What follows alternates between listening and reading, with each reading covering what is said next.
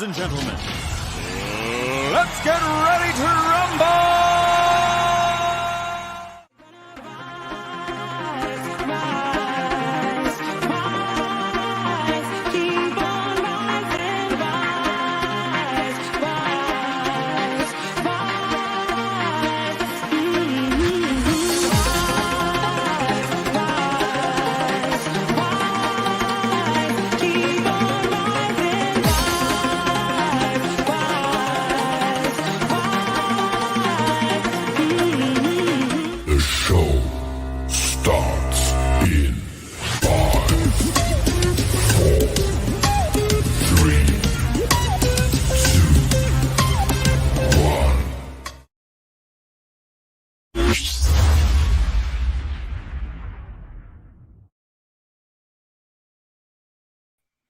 Good evening, one and all, and welcome to the Toon Review YouTube channel. Tonight, it is the Newcastle United versus Liverpool match preview. The four Musketeers are back. Billy is using his webcam on his laptop, so that's why it looks a bit, different. Alex has tried all sorts of different things for his camera tonight. He did it look like Casper a few minutes ago, but things have changed. Danielle is the normal, glorious, beautiful young woman on the screen. And I'm just me. So Billy will be getting my old camera in a few days' time. So he is going all out, especially for the watch-alongs next season, etc. So that should be great as well. And joining us for the first part of the show, we have Jack, who is now with us. Good evening, Jack. You're on mute, mate. Sorry, mate. Yeah, thank you very much, everyone, for having me on. Yeah, you're welcome, we've got mate. a cracking game to come this weekend. Danielle, just to let you know, you're still on mute down. Don't know why, but anyway, Jack, you've got things to celebrate. I was watching your show earlier today. Mr. Klopp and a new contract. Yeah, even more, especially my lifetime, mate. Obviously, grew up with stories of my dad speaking about the 70s and 80s, how historical both Liverpool and Newcastle, very big historic clubs in English football. But Jurgen Klopp, he's provided me with the best moments and best years, and hopefully more years to come, mate. But we're living in dreamland at the minute, and we're just enjoying every second. I'm not taking it for granted one bit. But very blessed that we've got Jurgen Klopp at the helm, really, mate. I'm not surprised. You've had a fantastic season. Obviously, catching Man City up after being so far adrift of them earlier in the season, to come from where you've come from, and now you're sort of neck and neck, shall we say? You know, it's Toon and front. Do you genuinely think you can nip them to the title? Because one of you is going to slip up somewhere, aren't there? I mean, there's 4 games left, I think. Yeah. Many people have predicted that one of you is going to slip. I was listening to the radio today that one of you may slip up against us. Because we're in a different sort of, from where we are from the beginning of the season to now is very, very different football club. Are you worried going into the match on Saturday? Yeah, most definitely, mate. Watch back 2 weeks prior to us playing United and the Ev. Those two teams are in a horrible state, and obviously Newcastle with the new owners, and obviously with the good feeling over the last couple of months, using aspirations of being where we are, and especially if you can get the structure and obviously the recruitment right, which has been a massive factor of how Liverpool are able to compete on a level with Manchester City with all their riches. If you look at the transfers we've made, but it's City in the driving seat, but it's whether they have got eyes on the Champions League. But we're under no illusions really going into this game at the weekend. It's going to be a massive game. Every game that we go into come now the end of the season is a cup final for us. A lot of people are making a quadruple talk. I think us as a fan base, and it's difficult when you're trying from an outside point of view. Obviously, one game at a time. That's the mantra. It's the boring mantra, like the coaches and the fans. But we've learned from past experiences that not to get obviously too far ahead of ourselves and just, obviously Jolinton's now even scoring a double against the Norwich. So Newcastle he's the man. He's the man. Danielle, what have you thought about Liverpool this season? I mean, obviously we remember going to I was there at Anfield for the away game, and I thought Mike Dean ruined that football match for Newcastle, to be honest. I don't think Liverpool were at the very best that night. The injury to Hayden when Liverpool scored the first goal, and the decisions he made throughout that game were just the penalty incident. We're not being bitter. We're just stating that, Mike Dean is a referee. It could have been anybody. Yeah, don't get me started on the refereeing as well, mate. Swings and roundabouts. Not necessarily. It could have happened against any club, And now we find out he's on bloody VAR for the game on Saturday, Danielle. That's going to cause hell. It will, because it's all about him all the time. He has to just be the centre of everything that goes on. As far as Liverpool this season, they've had another amazing season. It's a funny one for me. I have members of my family who are Liverpool fans. My granddad was. Well, you kept that quiet over the... Yeah. My granddad was a Liverpool fan. He loved Bill Shankly. Had his whole living room was covered in Liverpool posters. I spent probably the first 10 years of my life trying to remove them and replace them with Newcastle United ones, and he just weren't having it. But what a fantastic season they've had. What a great set of fans they've got. They're very similar to us. They're just all about the club. I have different feelings about Jurgen Klopp for different reasons. Just because he's had a bit of a twist on this season. Well, yeah, it is what it is. But they've had a fantastic season, and I really hope. I don't want City to win the title this year. No, I really don't. I generally don't. I mean, after the the empty had last night, with those pictures all over social media of Benzema scoring and the Man City fans all with their mobile phones and click. That would never happen at Anfield or St James's Park. You just know it wouldn't. You just know that when the home team scores at either one of those grounds, it is limbs everywhere. Nobody gives a toss about mobile phones at that stage. Half of them are thrown in the air and smashed anyway. But it's like, I agree with Danielle. Like, we're very similar to the Liverpool fans. We've always had a connection with Liverpool fans. The 4-3s and all of that. But there's never been any nasty rivalry between Newcastle and Liverpool. It's always been friendly. I mean, when I went to Anfield and then I went to watch them at Everton, Newcastle away at Everton a couple of years ago. I met some Liverpool fans in the pub beforehand and I've stayed friends with them ever since. It's the blue side that I absolutely I cannot stand. And I don't know whether you've seen any of my shows, Jack, but I'm not a great fan of the Everton football club. I think their fans live in skips. They're horrible rats. I hope they get relegated and I hope they don't get a new stadium. I absolutely despise them with a passion. And because of what they've said about us as Newcastle fans, when they beat us 1-0 down there, they thought, we're safe, they're safe and all of this crap. And now look at them. I laugh every day at Everton Football Club. And I genuinely hope when I'm doing my commentary on the last game of the season, I am celebrating Everton getting relegated. And I swear to God, I'm not responsible for what I do on camera. My channel shut down. It could happen. I never know. Alex, are you, how are you feeling going into the game on Saturday? Not very optimistic, but it's definitely there for us to have a go. They have weaknesses. They have a lot of games. And we're in good form and good spirits. So fortunately for us, we're very left side heavy with our talent, with Joe Linton, Maxi. So I have a feeling we can catch Trent off his game at least once or twice in the match. We've just got to be clinical with that.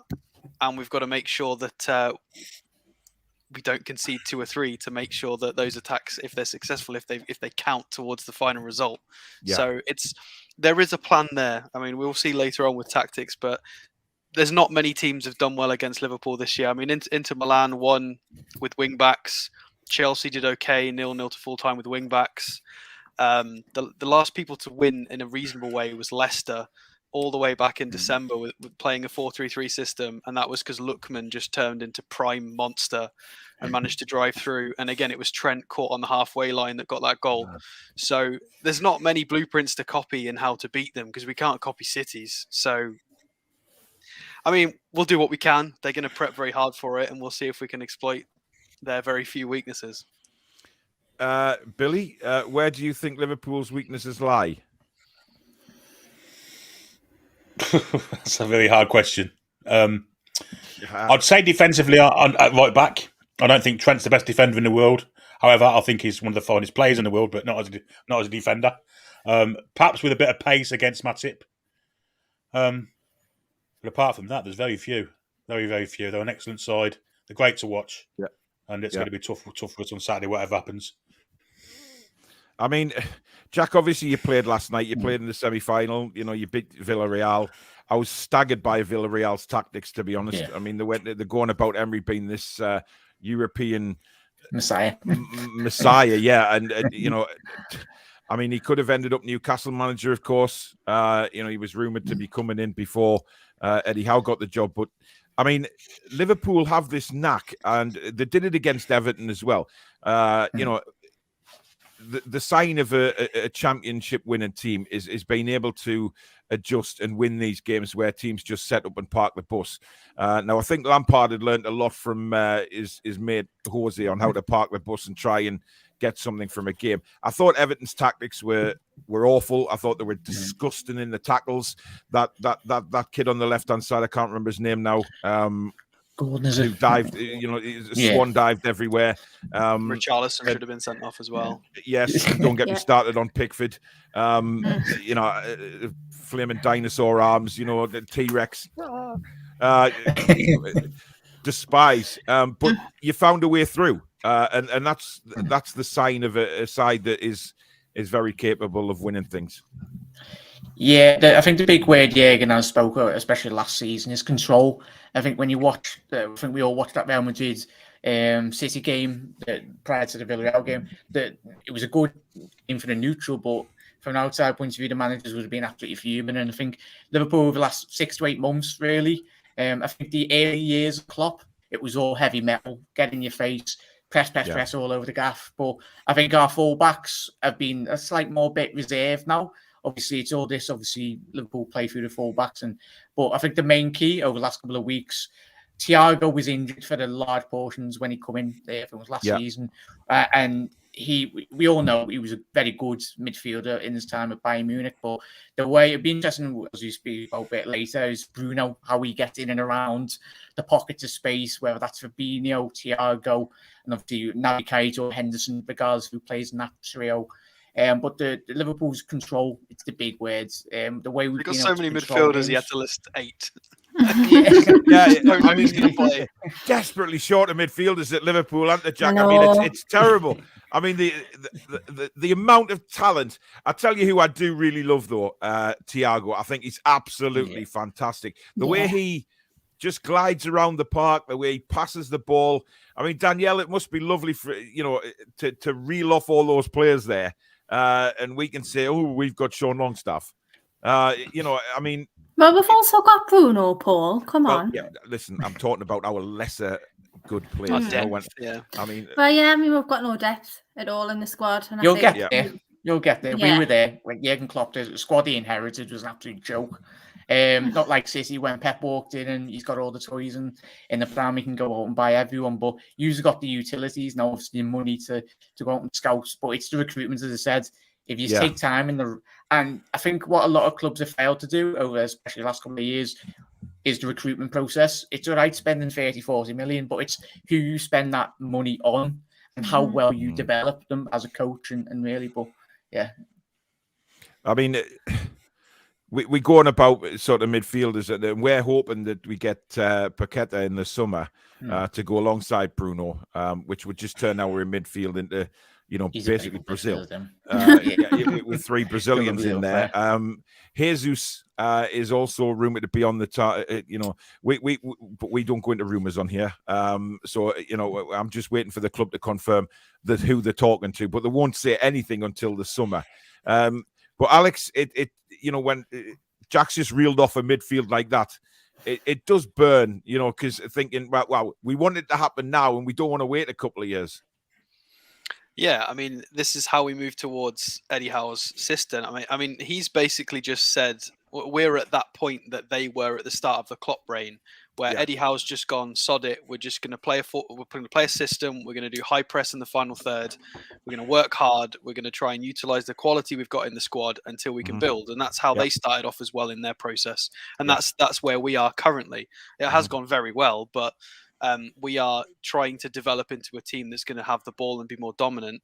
I mean, just Liverpool, for example, are averaging nearly 63% possession per game with 526 accurate passes a game. We're lucky to get 500 just actual passes, never mind completed passes in the game.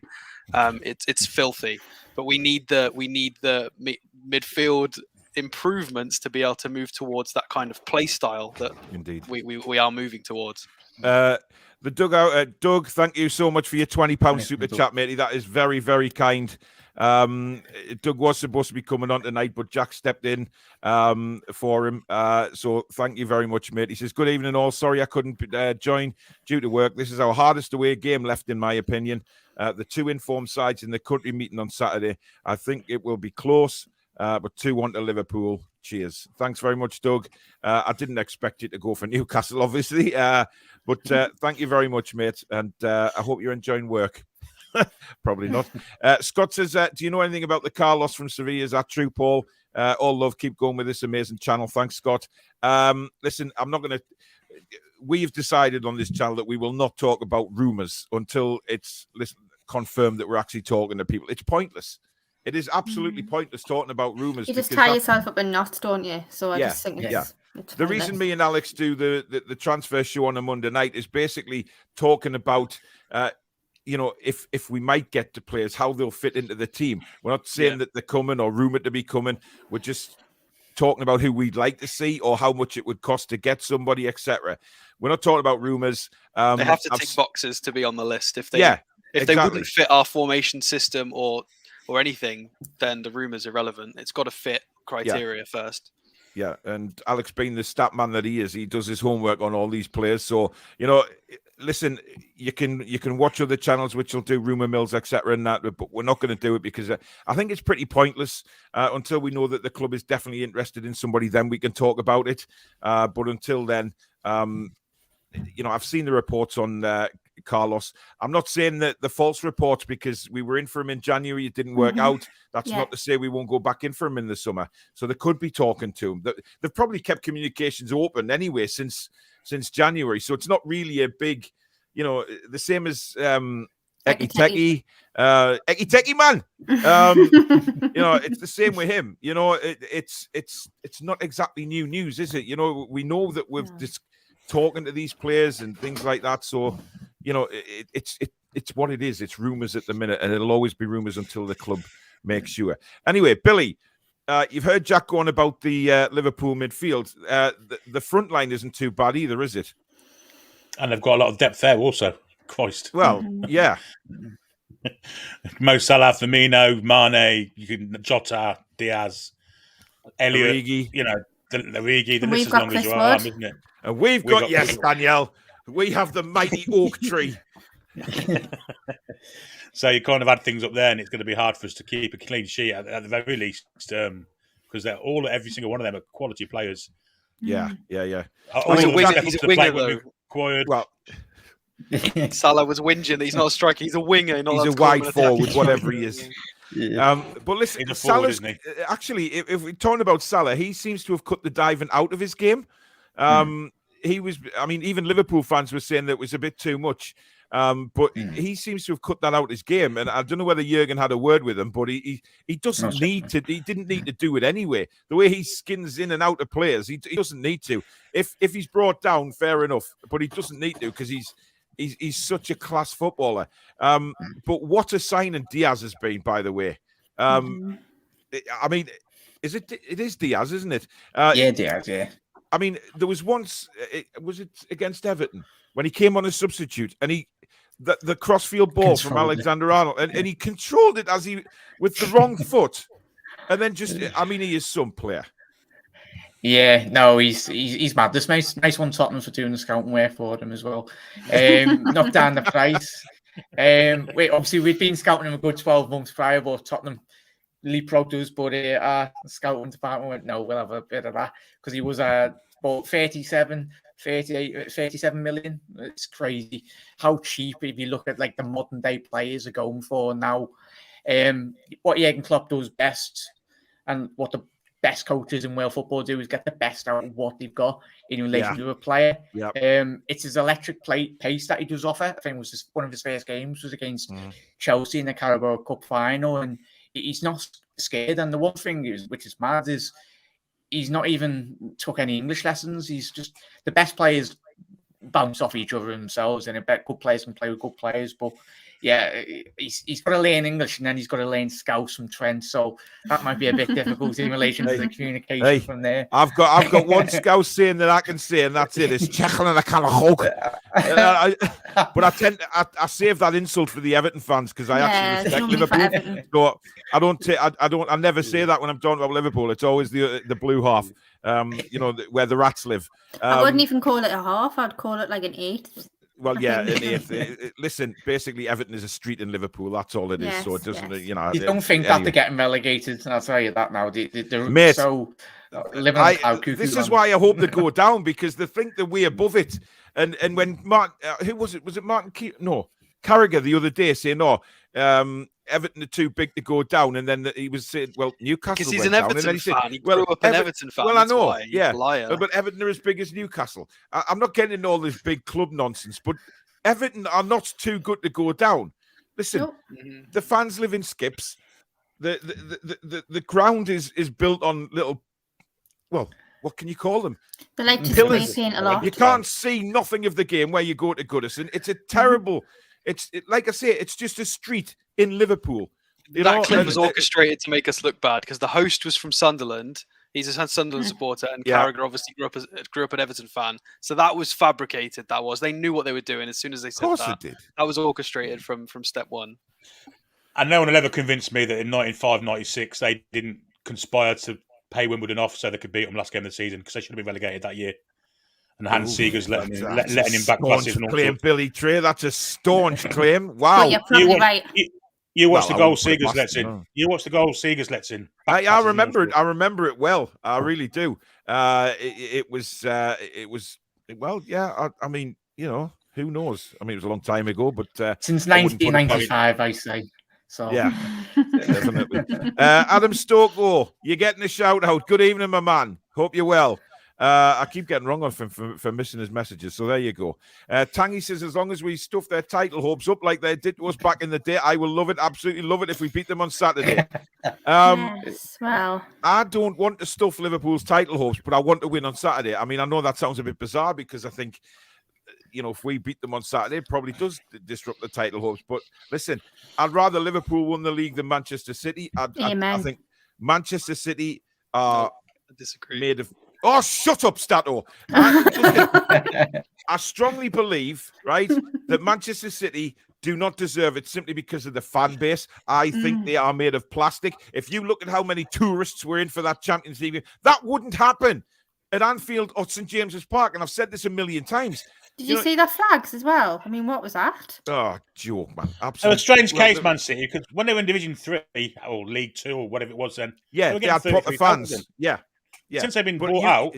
Yeah, a lot of those fans that were in that stadium last night, if you said where was Main Road, they wouldn't have a clue. They'd be like, Main Road, what was that? What was that? They wouldn't have a Scooby-Doo. It was the semi-final as well. They had like 5,000, 6,000 seats still left. All my mates went into the away end because there was tickets to go. There you go. Well, there was rumours a lot of Liverpool fans were in there. That must have been true then. So, that just says it all. You wouldn't find that. I mean, come on, Alex. You wouldn't find that at St. James's Park. I agree. I completely agree with the atmosphere standpoint. The only reason I'm taking the side of City is because I don't want Liverpool to do a treble or a quadruple. I want that title to remain open for us to potentially do this in the future in 10, 15, 20 years' time. Whereas if they close that door, they'll always be the first to have done it. And I want that to be us. So I'll take City winning this year if it means it leaves that open for us to push for in the future. That's my only reasoning. But I agree with the atmosphere completely, yeah. I mean, Danielle, who would you rather see win the league? I just despise Man City. I do. Well, I despise the Mancs in general. The red half and all. I can't stand them all. I mean, yes, there's Sunderland up here, but after Sunderland, it is Manchester. Actually, it's Everton, if I'm openly honest. But then it's Manchester.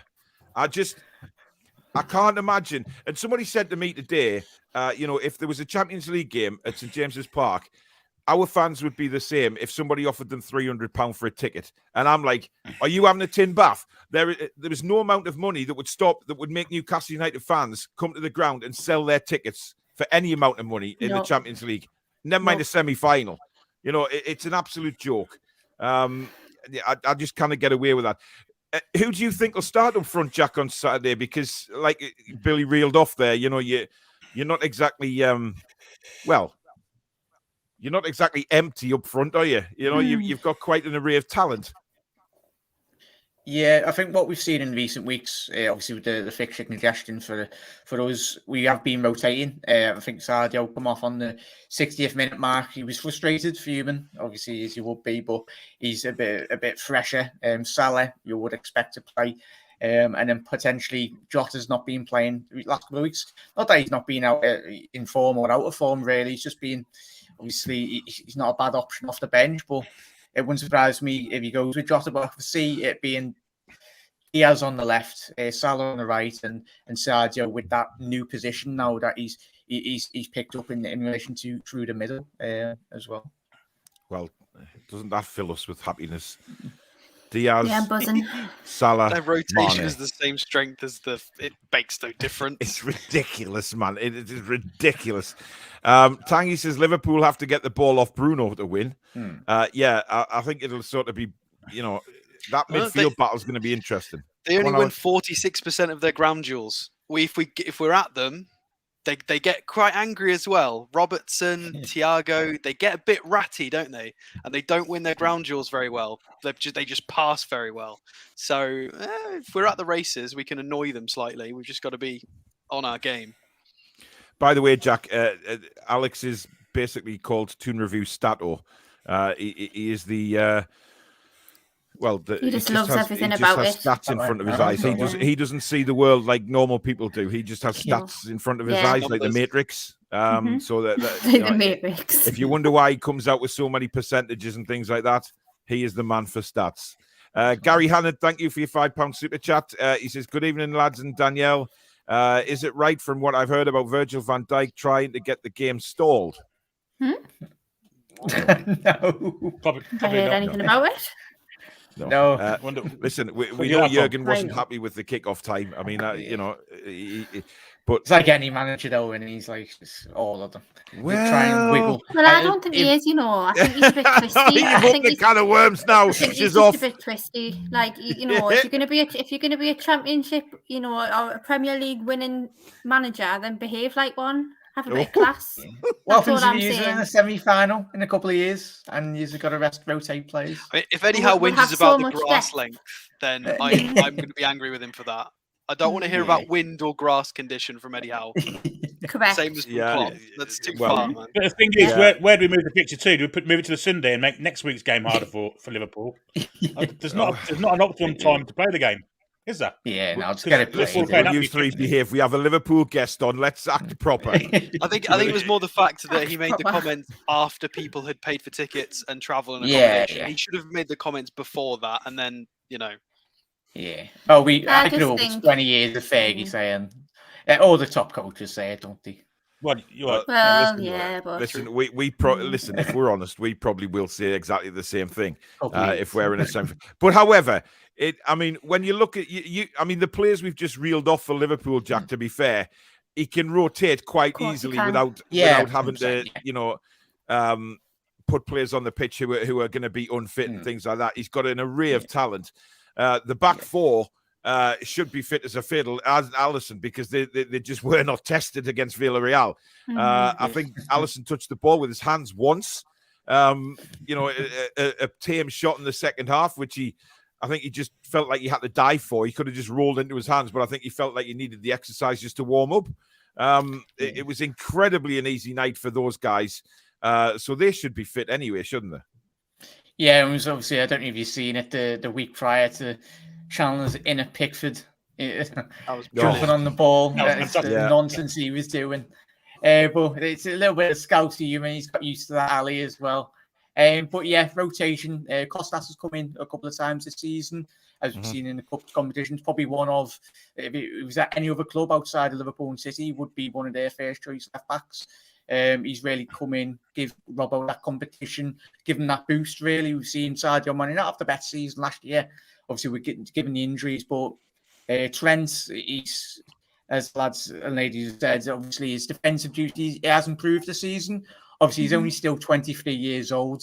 He's got the potential to be going, if we do get to the final, past Villarreal, his third Champions League final in the space of what? He's only 23, so he opens up another universe in relation to he's playing down that right-hand side. It's freakish what he does. It's more or less like playing Kevin De Bruyne right back. But obviously teams do isolate that right-hand side. And given how Liverpool do play, and obviously Man City as well, and the great Barcelona sides, how pushed on fullbacks, obviously there's going to be space out wide, but it's if a team, the opposition teams have got confidence and got the ability to throw a couple of players back post, double up on the full-back areas and that pockets of space and those inside channels as well. So, but it's where a opposition team does do that, then it's what you do defensively as well. You're describing our tactics, literally what we do. Yeah. Is wingers in channels and big people like Burn and Wood. That's literally what we do. Yeah. Yep. Yeah, 100%. Gemma says, my head says Liverpool 3, Newcastle 2. My heart says 2-2. Expect a lot of goals in a competitive game with us both being in form. Similar to Rafa's last home game at St James's Park, and Liverpool won 3-2. Yep. I can see goals. I mean, there's going to be goals, isn't there, Billy? There'll be goals. Yeah. Mm-hmm. Billy. Absolutely, there'll be goals. Hence my prediction at the end of the show. I should be predicting goals. All right, okay. I look forward to that then. Liam says, can't wait to see how we do tomorrow after our current form. Well, if you go tomorrow, Liam, you'll find an empty stadium, mate. It's actually Saturday. It's lunchtime on Saturday, Liam, so don't go tomorrow or you'll have a long way to get in the turnstiles, buddy. Could be a plan. Keith wants Messi for a season. I don't think that's going to happen. No. Should be a decent match on Saturday. The best two form sides in the country come head to head, and I'm going to be optimistic by saying I wouldn't be surprised if there's an upset, either 2-2 or 2-1 win. Ginger says, remember, Stato games are about tactical plans, not stats. Klopp built his sides with finding players with the right personalities. That's what we were discussing about the summer.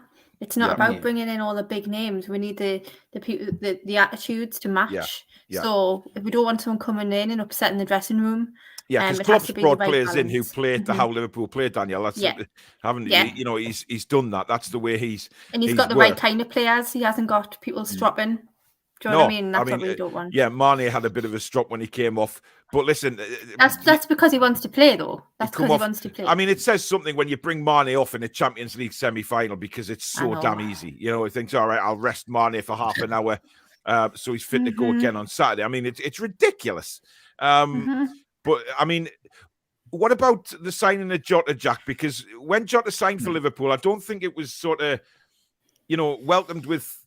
I mean, nobody complained about it, but it wasn't welcomed with excitement of a big name star coming into Liverpool, was it? And then he's had a fantastic time. Yeah, it's just scouting department, mate. Obviously, from an outside point of view, I was looking at Neto. If I was going to pick a Wolves player prior to Jota, it would have been Neto. He fits the profile, but and then the Connor Cody. Staff. Yeah. He was in our academy, wasn't he? But yeah, Jota, 15 goals already in the Premier League. He's took to Liverpool's play. He's that one player that Liverpool haven't got, but when he's come in, he's that natural goal scorer. You can call him that. He's still quite young as well. He can play out on the left, on the right, through the middle. But he's an absolute nightmare. He's got that nasty streak. He's got the dark arts, which I think every team needs to develop. Obviously, we played Real Madrid in the final a couple of seasons ago when we got absolutely done by the dark arts, but we've learned that about our game. You need to have a bit of nastiness. Obviously, Newcastle's great teams had that in the past as well, so you can't be too pushy, too nice within games. But Jota, he's evolved and he epitomises the Liverpool and a Jurgen Klopp style player. Someone that it's not all about him; it's all about developing, taking every strand of information off Jurgen Klopp and the coaching staff, and really pushing it upon himself to. But he's you'd say above expectations, really. But he's surprised. Obviously, not Jurgen Klopp and his staff, but obviously from an outside point of view, prior to him moving. But he's absolutely phenomenal, mate. Yeah, and you know, for us fans looking in, Jurgen Klopp, the signings he's made, they're all young. You know, he very rarely brings in a player that's over the hill or in his twilight of his career. If he needs to bring in a short-term signing, he will. But, you know, the real proper signings he's brought in have got youth on the side. They've got plenty of years left. You know, the blend into his way of thinking. It's just, I mean, if you look, that's exactly what we are probably hoping to do in the next few years, because Newcastle United under Mike Ashley, it became a, you know, the youngsters we signed were just simply to sell on. There was no, we weren't ambitious. It wasn't to win trophies or anything. It was to make Mike Ashley a few more million. But when we look at it now, we don't need the money. You know, and that's not being big-headed or anything. It's a fact. Look at some of the kids that we've lost, though, like Bobby Clark. Exactly. Yep. Nightmare. You know, we let Adam Armstrong go. We let Ivan Toney go. You know, these have proved to be very, very good strikers. I know Armstrong's having a bit of a difficult time since he went to Southampton, but I'm sure he will get better. Roy says, after Liverpool's comfortable win yesterday, I don't think many players will be rested on Saturday. Our hope is that Salah and Mane, who are both fasting, won't be in form and hungry. It doesn't seem to affect them. Nah, they're machines, man. They are. I mean, these players who do Ramadan and things like that, it doesn't affect. Look at Tiote. It never affected him. He was always like a lion in the middle of the park for us. These players are used to doing this. And they're used to fasting and things like that, and they're used to looking after the body when they do fast, and they do, you know, whatever religion they abide by their religion and they adjust to it, and they don't seem to have a problem, Jack. No, it's obviously the modern day football. Obviously, over the years as well, you've got to cater to every player's individual needs, and quite rightly. And obviously, if a breaking play is needed, then sounds got to respect the players, regardless of Newcastle, every player as well, and every human being as well.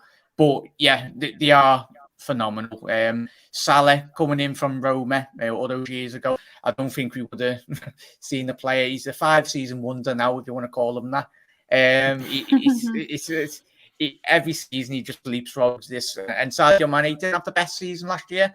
Obviously, both players, and all the players, when you see a notice drop off in terms of quality, the Liverpool players are playing such a higher level over the last couple of seasons that you're bound to notice a drop in form. But Mane, obviously, as I mentioned, he's picked up that more central position now. I think everyone from an outside point of view went, oh, bringing in Diaz to replace Mane. But as is Jurgen Klopp and the staff, that's his new position now through the middle. So all this talk of Liverpool needing an out-and-out number 9. Just mentioned Jota. He's got 15 goals already in the league. If we need to put him in the game, you can play him through the middle. But Sadio and Mo, I'm hoping they do follow Jurgen Klopp's suit and sign a new deal and retire at Liverpool Football Club. But they breed Liverpool. They get what it means to play for such a big football club. Are you worried about Salah's contract situation, Jack? Because it seems to be dragging on, and of course, the end of the season is just around the corner, and he hasn't signed one yet. Yeah, it's like any club, and it makes I think whatever club you do support, it's no player is ever bigger than the club. And we had it with Coutinho. We went out on board Virgil van Dijk and Alisson with that money, and we reinvested it within the squad. So if it comes to the end, I think he's got like a year or 2 years left on his contract.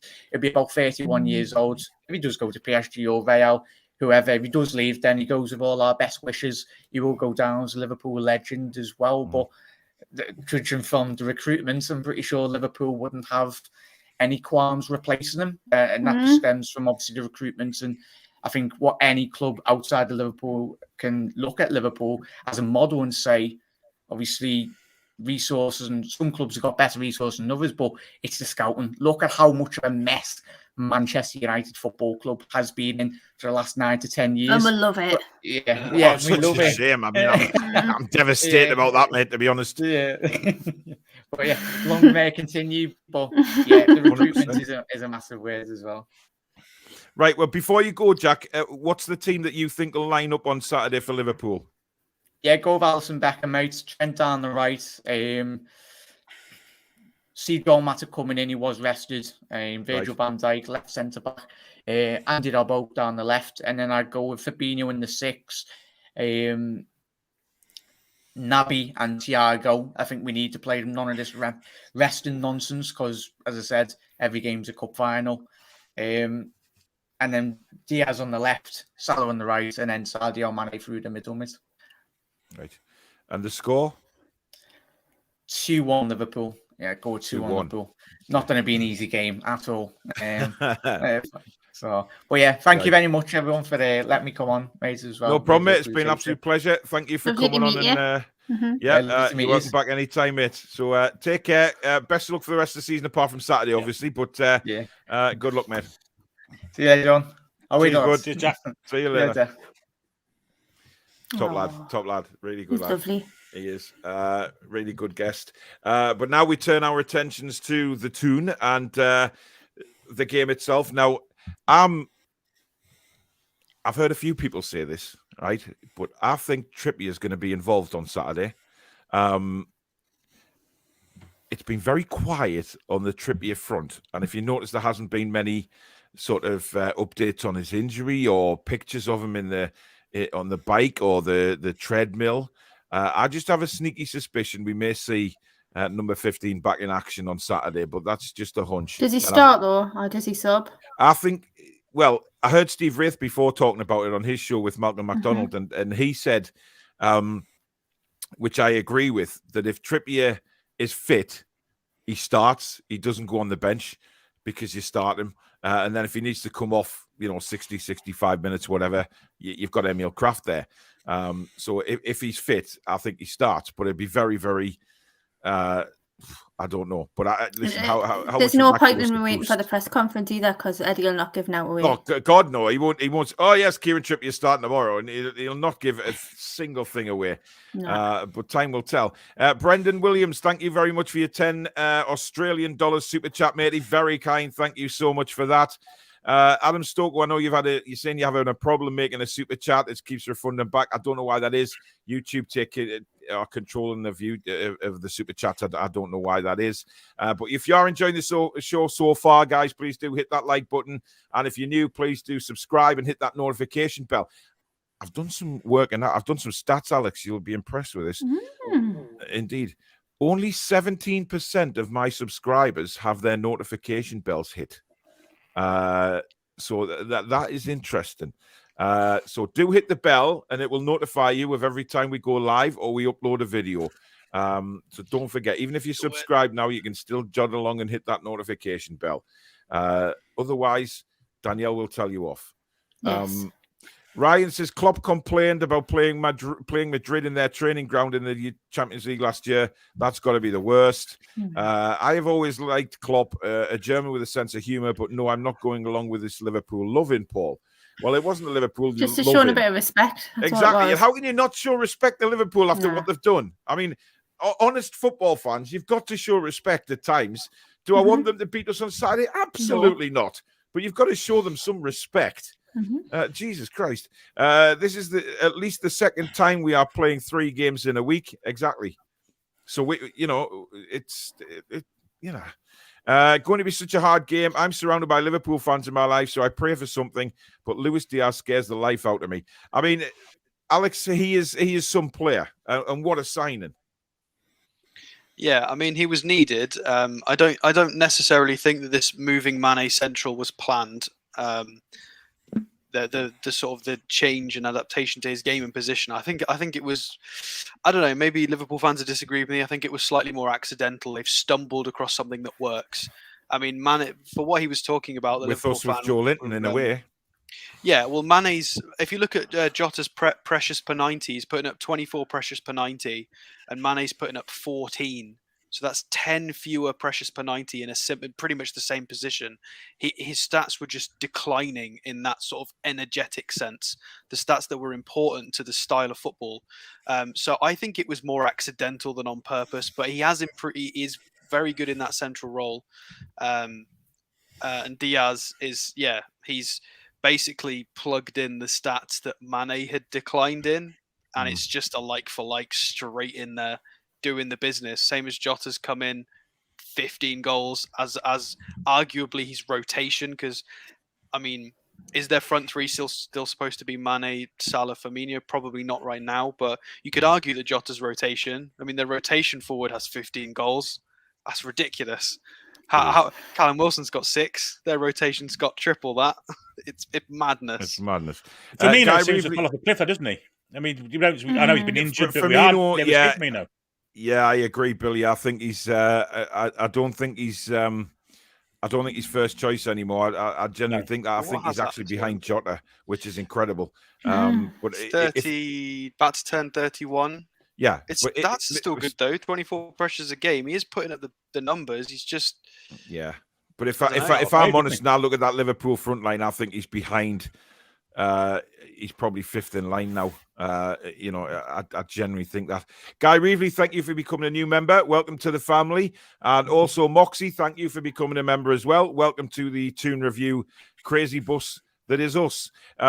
David says, I hope I don't get barred from the channel, but I sold my 74 Cup final tickets for 150 quid and bought a car. Well, needs most. Well, back in there, it's 74. You might have needed a car, pet. Wait, 74, you could buy a Ferrari for that much, couldn't you? Jesus. I wasn't alive. It's not. As games go, that's the one. Well, I wasn't either, Danielle. I'm just, suggesting. Go on, Billy. As games go, that was the one to miss. I was there. That was my first ever game. That 74 Cup final. And, wow. It wasn't great. No, it wasn't. It was for me because I was raving over the Liverpool number 7, Kevin Keegan. I didn't know who was what at that age. I was only 5. So Kevin Keegan took my attention. Yeah. Well, yeah. For the first time. Took everybody's attention, but it wasn't to be the last that he would grab Newcastle fans' attention. Niall, good evening. Evening, Paul, and the legend guests on the panel this evening. This game will be goals galore. Magpie Review thinks 2-2. Ryan, Chris Wood, Virtus Van Dijk with a popcorn emoji. Oh God. Keith, thank you for your $10 super chat, mate. Again, very kind. A win, hell, even a draw would be a statement, but a win could really put some fuel in the hype train. The quality the Liverpool squad has all around is where I hope we are heading. Indeed. I mean, Billy, the defense faces a monumental task on Saturday, but the way we've been playing and certainly the way Eddie organizes things, it could go one of two ways, couldn't it? I mean, it could go that we're very resolute and we put in one of them games where we are just defending almighty brilliantly, etc. Or it could be a Spurs where we, fall apart. But I would hope that was a complete one-off and Eddie will have trained the guys very hard, Billy, for this game. Well, yeah, you're facing the best forward line arguably in the league. And so they're going to have to be on their mettle for 90 minutes, 93, 94 minutes, however much injury time is played. But I've got confidence in them. I think they can do it. And I also think they can do it without everyone else helping them. I think we can go at them at the same time. So, yeah, honestly, I've got real optimistic thoughts for this game Saturday. And as long as the defence holds up, I think we'll be okay. I think they will hold up. Yeah, exactly. Well, don't forget to join Billy for the live watch along. He will be commentating on the game, as he will be doing for home games from now on. He has spent a bit of his cash getting things ready for next season. So he's got a green screen. He can put the scores on. He's shit scared because he doesn't know anything about technology, but we'll get him there. There might be a few hours on the phone getting them there, but we'll get him there. But he will be commentating on the game. So make sure you join Billy from 12 o'clock on Saturday on this channel. I'll be there, Bill. I'll be there. And then Billy will be, he's a quality commentator. So it'll be great fun with Billy. So join him for that.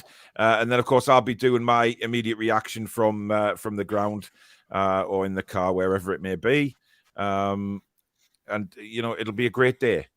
Just, even if we lose, I think we'll lose with dignity if we did anyway. So Mike says Van Dijk will be bamboozled by Wood, going for a tackle, but Wood has made the ball disappear with both not knowing where it went and how it went.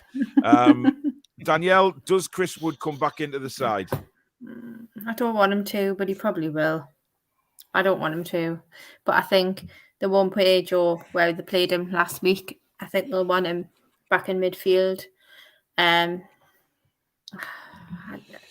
Yes, he will start. I think he will. Unfortunately. Never mind. We just have to hope. I mean, he's not going to score, is he? He's not going to score. Fill you with a lot of confidence, no. But we're going to hope that he's like helping out the defence there. Indeed. Gladys says if we stay ninth, we get 140 million. So all to play for. How much will Liverpool get for second or first? Lots more than that. It's fair to say. I'm not sure what the prize money is for the Premier League. George, thank you for your £5 super chat, buddy. Really looking forward to the Liverpool game. Yeah, but if we score a last-minute goal, George, I suggest you run out the way of me because I'll be throwing you around above my head.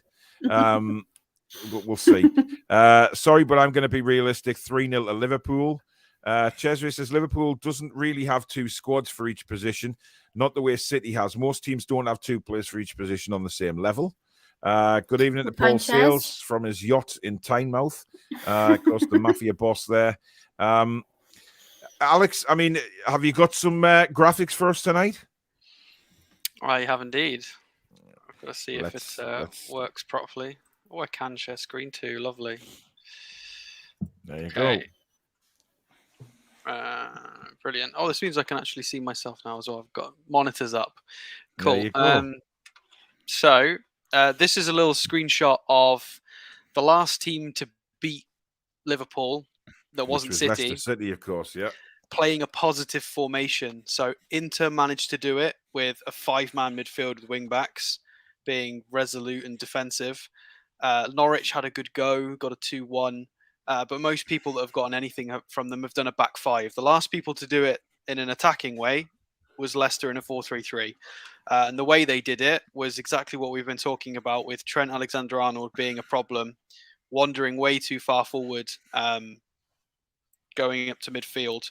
And what happened in this move was basically Lookman managed to play a nice straight through ball to Dewsbury Hall on the left and take Salah, Trent and Henderson out of the game. Dewsbury Hall drives up with the ball. Lookman followed the run in.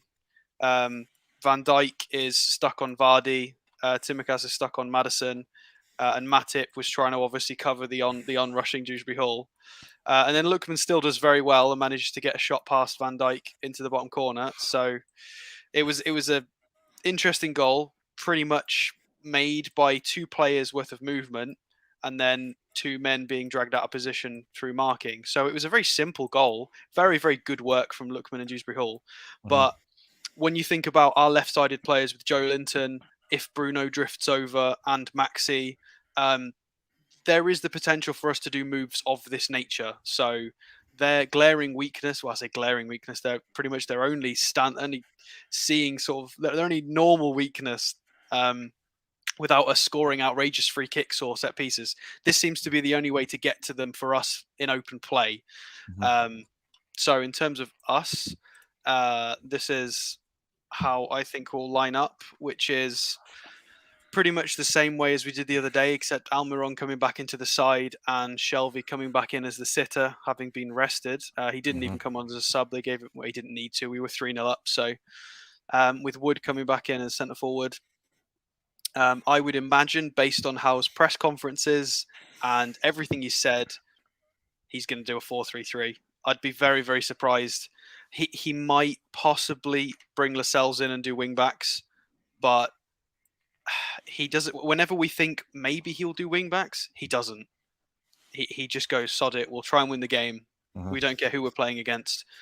So I do expect him to match up in a 4-3-3 as we always do and just be very aggressive. It's going to be a lot of hard work from these three men required, though, with that side. Obviously, it depends who starts for Liverpool. I mean, if I scroll over slightly, you can see this ridiculous list of players that could probably play. So I don't know who. Funnily enough, this 11 I've got for Liverpool is the one that played against Leicester. It's not who I think will start for them tomorrow, but I don't think anybody knows who's going to play. Not tomorrow, Saturday, but nobody knows who's going to play because of, well, you could put anybody from here into the starting 11 and it wouldn't change the quality too much. It would still be very scary. So in terms of where we've got to be careful, well, everywhere. Kraft's got to be switched on, because if he's against Diaz or Mane, whoever's on that side, he's got to be very, very careful. We've got to make sure our wing backs don't get caught too high up. Target does like to go wandering, and Burn 2 or 3 times a game does have to make big slide tackles. Is it going to be too much against this front three? It might be. So we've got to be very, very careful. We don't have a Tottenham. We've got to come in with a game plan. And I think this will be it. It will just be our default game plan. Just press high, stay focused, stay in the game, and see if we can get something. I don't like the number. You sound depressed. I feel depressed. Unless we can get something from corners and set pieces, this is what I've found from the research. I've tried to look at games where they've struggled, games that they've lost. There's not much in it. There's nobody cut them open really, apart from City. Nobody's cut them open properly. It's all been through mistakes or set pieces. The Lookman goal from Leicester and City are the only people that have convincingly torn them apart through anything from open play. So I don't know what to tell you for. I'm sorry, buddy. It's a hard game. It's a real hard game. I'd like to see Wood come out of there and put Joe Linton there and bring Willock in and go at them with a bit of pace. I think that's the way to get at them. I don't think Chris Wood is going to cause Van Dijk and Matip, if it's Van Dijk and Matip, or if it's the other lad, Gomez. I don't think Chris Wood will cause them any problems at all. I think Van Dijk would comfortably have Chris Wood in his pocket. The simple thing is, we've asked so many times. Okay, we when we do these preview shows, to say, Chris Wood can rough up the back, the defenders, and we've mentioned defenders who are quite poor as that as well. We look back to the Leicester game, go and rough up Soyuncu and other centre backs who aren't quite the same ilk as Van Dijk, and he's never done it. So why we get the impression, or anybody gets the impression, that Chris Wood is going to come in and dominate Van Dijk and Matip, it's ridiculous. Here's your alternative. And that's, I'm not being, I'm just speaking from what I've seen of Chris Wood so far. Nothing gives me any confidence that he's going to boss them around. Can't wait for the summer, guys. Can't wait for the summer. I don't know how much longer we can go on like this. We need more depth. I mean, this is what we did against Norwich. Joe Linton obviously started up front, but sort of after 35 minutes, he moved out left. He turned to the left, yeah. So if we pretend, obviously Longstaff and Lascelles played, but I don't think they will for this one.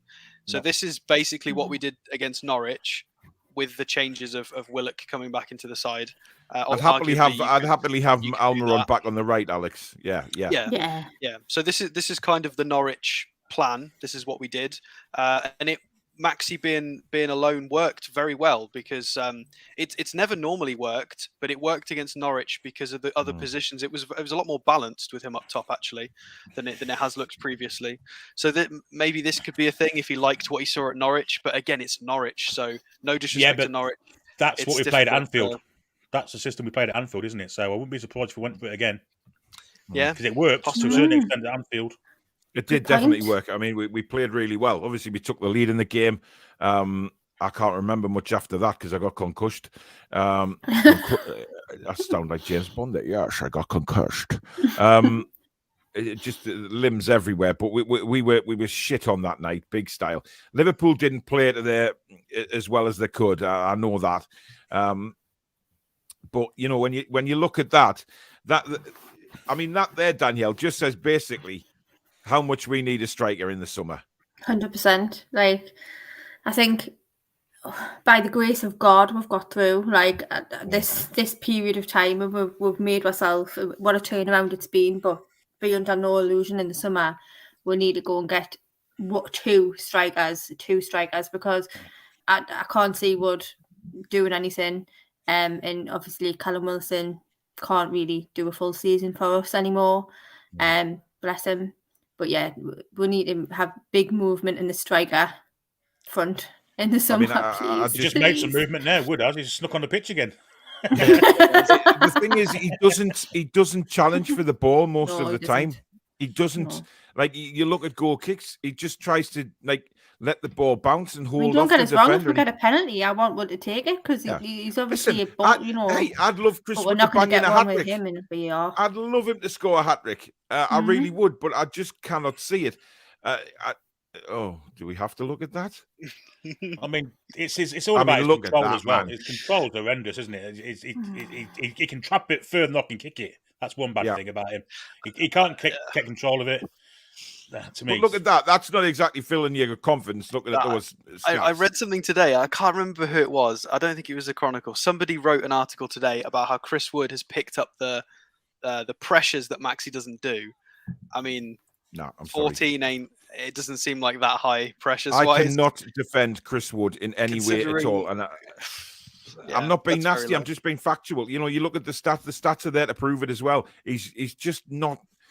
But hey, if he goes on and bangs a hat-trick in on Saturday, you know, I'll absolutely love it. To be honest, you know, I'll support him. With a lion bar, can't you? Oh God Almighty, yes, it'll be 2 lion bars. Cheswick says, Paul, do you think we need to even bring in Trippier? He's obviously a starter, but would you risk him? I'm too afraid, to be honest, because we're basically safe. I get that point.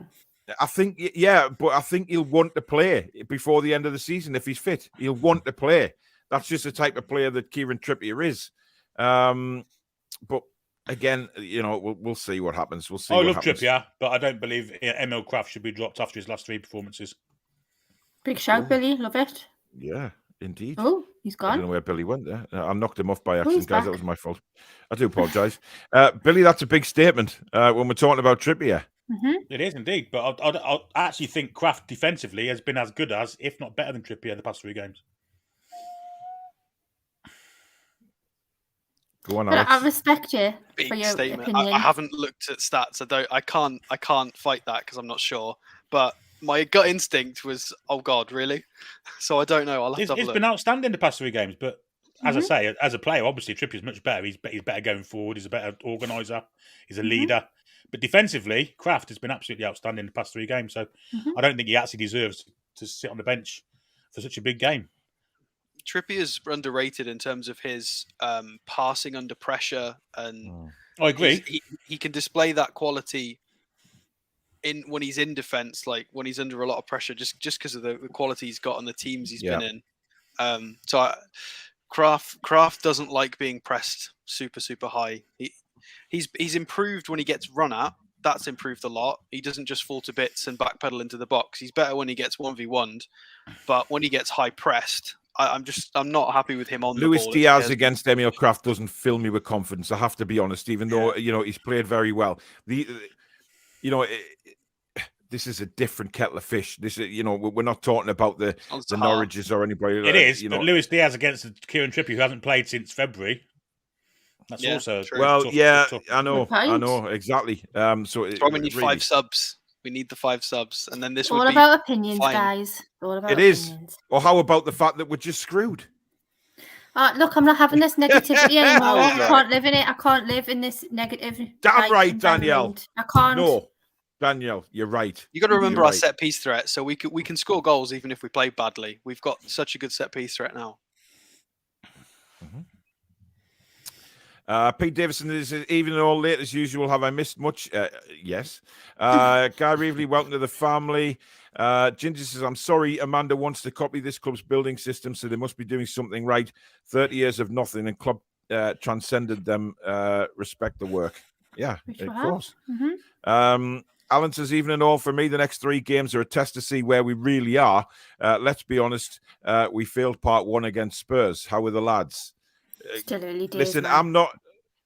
I'm not going to sit here and say that we are the levels of a Liverpool and Man City, even in Arsenal. To be honest, we're not, but we will be, and very soon. So we've got to just bear with it, see how we do, see how we go, keep calm, chill out, and celebrate the fact that we are rising. Chicken legs and a few sausages. Guys, it's a great channel. Enjoy the banter and stats. Thanks, Guy. If you're enjoying the show, hit that like button, says Cesare. Now, Cesare wrestles sharks, so do not ignore him and hit that like button, guys. Ginger says, Firmino gets 15-plus goals a season. He's still got lots to offer. Let's remember, so that's not true. He's way behind this season. Let's remember that the top clubs have all lost games, so he still could get points. I think Firmino's been out injured a lot, hasn't he? He's played 18 Premier League games, 900 minutes, 6 Champions League games. Yeah. Jax is there. Bobby has struggled with injury this year and getting a run of form. And Jack did put a comment in earlier on thanking us for letting him on the show and etc. And good luck for the rest of the season. So thanks, Jack. 5 in the Champions League though from 6 appearances, which is very impressive from Firmino, definitely. Yeah. I'd take him. He's a clever player. Very clever. He is a very clever player, but I think there's better out there. He's Brazilian, isn't he? Oh no, we're not getting another one. Right, I'm not having it. I'm not having it. I understand what you're saying about there's better out there, but look who's up front. Chris Wood. Yes, indeed. But listen, we may as well have an away strip next season of like green and yellow. I wouldn't be surprised if they've talked about that at a boardroom level. That would not surprise me if they've played with the idea of some Brazil colours. Yeah. Oh, by the way, yeah, they did. Well, didn't they have one not too long ago? I can't remember. But listen. Yeah, I think, can you imagine they go to Lewis Paqueta and say, by the way, the away strip for next season is also in the Brazilian colours. In respect to you, if you sign on that line right now, we will make sure that we have the Brazil colours as our away strip. It's a good sweetener. Indeed. Marcus says Liverpool are the best at recruiting. We have to get the best people in the game to recruit the best players for our project. Aditya says, Paul, I don't want to be pessimistic, but I think Liverpool will win 4-1. They are too good. They blitz every team away, no matter who. Yes, but they haven't met the resilient Newcastle United, Danielle. No, they haven't. I think, obviously, we'll get into like predictions later on, but I won't give up. Honestly, I will not. Until the referee blows the final whistle, I'm going for it. Like, that's it. I have to. I can't. You go, girl. I can't get away with saying that. Right. I agree. She's right. I mean, we were 2-0 down against Everton, and Lejeune scored 2 acrobatic goals in the 94th and 95th minutes. We're battle now. Remember, English guys, we're not Steve Bruce United anymore. Like, we battle and we fight right at the very last second. Steve Bruce last year at Anfield, we last minute equaliser. Should have won the game. Really, had a goal to Salah for nothing. Exactly. Yeah. That is very true. That's probably number 1 on his CV, isn't it? That's probably the first thing that he's got on his CV. I completely forgot in that Leicester game, by the way. You mentioned Salah earlier on in the show, and I didn't want to interrupt, but Salah not diving anymore. He dived in that game. They got a penalty, and everybody thought it was an injustice. And Schmeichel saved it, and there was a big uproar about, well, it wasn't a deserved penalty, so it was good. All right. Well, he's never done it since. I'll retract. He's never done it since. Klopp must have had a word with him after the Leicester game. All right. That was December. Well, yes, it's now April. He hasn't dived in 4 months. He's done it to us before, though, hasn't he? Yes, he has. He has. He did, yeah. Anyway, moving on. Have to say the transfer show was brilliant. Boy, the boy puts the graft in with the stats mind. He does. Yeah. Of course he does. That's Fantastic. Why he's known as Statman. Foxy says Billy will be great on the watch along, no doubt about it. Absolutely. Thanks, Foxy. Will. Go Billy Motson, says Steve. Remarkable. Fair enough. I think Gale should play. Needs speed in behind. Liverpool will play the high line. That's why, says Aditya. No, man. Ian says meeting John Sinclair with his ticket before the match on Saturday if anyone's around for a pint before kickoff. Oh, love John. Hang on a minute. Meeting John with his ticket. Oh yeah, right. Yeah, yes. John's coming up. Interesting thing on Mr. Sinclair. And I'd love the viewers to have a say on this. And John, if you're watching, evening, John. But I have to say, he's coming up on Friday and not going home till Sunday. And he's been very coy about where he's actually staying. Now, Billy, we had a little chat about this on the WhatsApp group earlier today, and. You were of the opinion that John Sinclair may well be staying in Stanley again. I think he could be playing bingo Friday night and maybe Sunday lunchtime before he heads off home. Now, is that bingo our bingo or John Sinclair's bingo with the ladies? Oh, well, come on, guys. Could be a bit of both. Yeah. Have we stretched that again, Danielle? Have we overstepped the mark? Yeah, just a bit far. Okay. It's a family show, all right. Guys. Okay. See, she always reins us back in. David Smith, thank you for £1.79 super chat. Very kind. Thank you so much. Rocco says, do you play Big Joe left wing again or back to midfield? Well, that's the question. Indeed. And I'll be tuning into Mr. Trey on Saturday to find out the team news. Kungo Fox's Maximan versus Trent will be interesting. Also wonder if that over-the-top ball will be dealt with well by Dan Burn. Liverpool do tend to play these little chips over the top, Billy, which we have to be very switched on for. Absolutely. And we obviously know we haven't got the greatest pace at the back, but Burn can cover the ground pretty quickly. It's whether we can cut them out in the air first. But yeah, it's going to be hard. It's going to be really hard. But as I say, I think if we put pressure on the ball before it gets to the back, our back four, then we've got chances. We really have. Yeah. Let's stop the ball coming through. Indeed. Chipper says to Ian, are you meeting him at Old Trafford, like? Dennis says, what's the crack with Wilson? We don't know. They've been very quiet, Danielle and Wilson, aren't they, at the minute? I haven't heard much from them. Yeah, we haven't. I mean, you know what? I'm not going to start any rumours. You know me. I've learnt my lesson in the past from that. But it would be nice to see him before the end of the season, wouldn't it? Like, where he belongs on the bench. Yeah. Let's hope the journalists ask these proper questions in the press conference instead of half the dross they normally ask, like football questions. It's Thursday, guys. Exactly. He's had his raw steak. Raw meat day. Well, some of the questions about holidays and politics, ask about the players and injury, and these are legitimate questions that we want answering as the fans. The journalist's job is to deliver that information. They're asking absolute nonsense sometimes. Like, a lot of them aren't. There's a lot of respectable journalists there, but certain ones are asking stupid questions, frankly. Yeah. Yep. René Talak. That's a French name if I've ever seen one. Looking forward to hearing Billy on Saturday. All the best, Billy. See, you've got a wave of support there, Billy, and I'm sure you're going to smash it, my friend. That just takes me back to the days of Hello, Hello. Oh, René! You stupid woman! I was just pissing by the door. The Madonna with the big boobies. The French. Oh, dear me. Never mind. Stephen says 1-0 Toon, the Dan Burn header. I Like Coffee says Mike Dean might score a goal, but we'll still win. He'll try and get involved in the game somehow. It's going to be some shenanigans, isn't there? It always is. Yeah. Mr. Pete Davey from Loaded is in the house. Hey! Even the main man, Paul, looking forward to catching up soon, mate. Indeed, I'm going on Loaded on Wednesday night with the lads. Really looking forward to that. And they'll be coming on this channel. We're going to do a bit of collab together. And it's going to be a fantastic... listen, guys, go and check their channel out, Loaded HQ. Absolutely brilliant channel with a great bunch of lads. And they deserve more subs than they've got, to be honest. And that's why I'm going to collab with them as well. They'll get there. Oh, without a doubt. Just absolutely fantastic channel, fantastic lads. And looking forward to this channel and Loaded doing a lot of collabs together in the very, very near future as well. So go and check them out, subscribe to them, because I'm going to be biased here and say that Toon Review and Loaded probably the best Newcastle channels out there. Anyway, we move on. But thanks, Pete. Looking forward to seeing you on Wednesday, mate. Ab says how we'll play what he thinks is the strongest team so he can gauge them against the best. It's all about evaluating the squad now.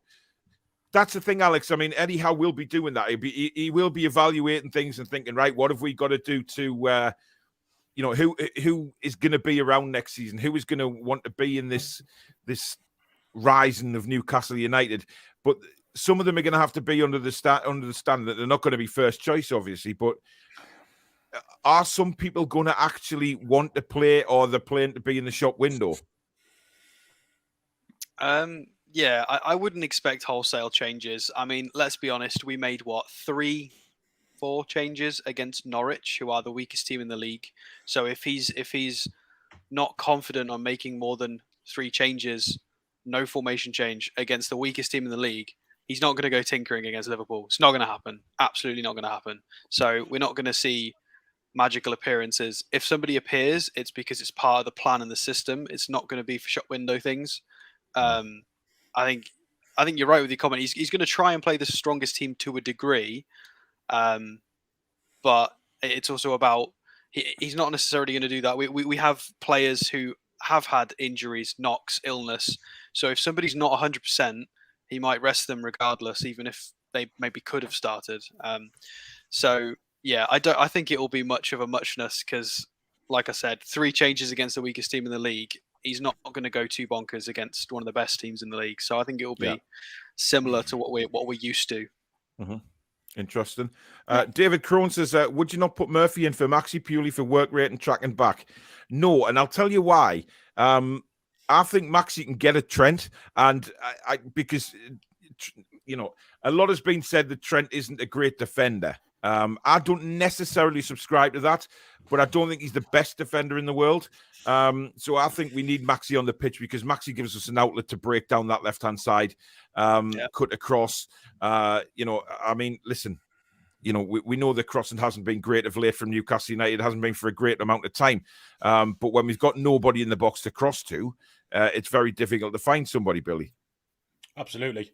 And that's why I'd like to see us go with that fluid front three that we went last week with a bit of pace, a bit of power, and actually go at them. And let's not worry about what they've got. Let them worry about what we've got. And let's attack their back four with pace and gusto. Yeah. I don't want to see Chris Wood in the side. I want to see him go at them. We're safe now. We've got no pressure on us whatsoever. Yeah. I think that's like the that thing. I agree. Yeah, I agree as well. I would like to see that same front three. Well, with Miggy and Almiron and Joe Linton. I think, Joe will be buzzing, won't he? Because the 2 goals last week, he'll want more, and he'll especially want more at St. James's Park in front of his own fans. He loved it last week, but to do it in front of his own fans would be even better. And you just think, right, if Joe can get one, then he can go on and keep going because his confidence is going to be sky high. And I just think, with Miggy and Maxi up there, anything can happen. Chances can be created. Even if, Maxi doesn't mean to create chances, by dribbling and then, either they're losing the ball or passing around or it comes off a defender, it bounces to Joe and he sticks it in the net. His confidence is going to be sky high, Danielle. It will, but I don't know if he'll play that though, as much as I want him to. I just don't know, because I think Ryan made a point before about putting Joe back in midfield to help target with Salah. Well, Maxi does have the most chances created this season outside of the Big Six with 45. So credit from the other 14 there from Twitter. He's the best person at creating chances outside of set plays with 45 this season, which is bonkers. Wow. Carl says, I like Billy's optimism for Saturday, but having Mike Dean as VAR, they might as well have had Robbie Fowler as ref and Carragher and John Aldridge as linesman. Majestic says, a Wood hat-trick. Any news on Trippier? I heard a couple of weeks ago that he was back for this game, but not heard anything since. There's a possibility, Jack. There's a probably possibility. Not here now until the team's announced. Well, he won't give anything away. Yeah. Nah. Ryan says, I have Grameres. It's not Grameres. It's Bruno, Ryan. There's only one Bruno in the Premier League, and he plays for the Toon. As our right centre midfield, not left centre midfield. Well, yeah, but he only that was because Longstaff played. It depends on if Joe Linton's playing midfield or not. Joe won't play right side. Joe never plays right side. If Joe Linton plays, he'll play left mid or left wing. So the only reason it changed last week was because Longstaff was in the side. So it could be either. But Bruno's played in both sides and he's been fine. He's scored goals when he's played left centre mid, right centre mid, DM. Doesn't matter. Josh, Chris Wood will stay next year. He'll come in off the bench the last 15 or 20 minutes when we need something different. See, I don't understand that. Something different. What have you seen in Chris Wood that offers something different apart from a tree? I mean, if we want to plant an oak tree, then put Chris Wood on, but fine. But I don't see how Chris Wood changes a game.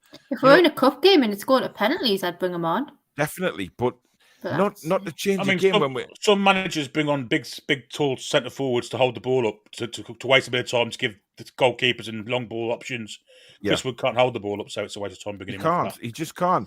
And I don't know anybody who thinks he can hold the ball up well, because he just doesn't. No. It bounces off him. His first touch is a tackle. Paul, who would you class as an established striker for Newcastle right now and possible of getting? Listen, I'm going to be very controversial here and say Mitrovic. Oh, no. I put him in a 10-minute stat show and he falls for it. I understand this because obviously I watched the show and I understand it. However, who was the person on this panel who said we go forward, we never go back? I believe it was you, Paul. Who said that? It was you. I can't believe I've swayed him with that graphic. Look, I think, aren't you, Alex? Right. I think no. I'm not saying like go and get him as first choice. I'm saying if we struggle to get, if we don't get the big names in, he would be an option because look, he's come on leaps and bounds. He's matured. He's stronger. He's definitely not the wild child that he was when we signed him. And I think Eddie Howe could work miracles with Mitro. I really do. The way that he's transformed Joe Linton, he could really get the very best out of Mitrovic. And if there's one man I would be confident of keeping Mitrovic's feet on the ground, it would be Eddie Howe, 100%. But listen, there's some tremendous strikers out there, isn't there?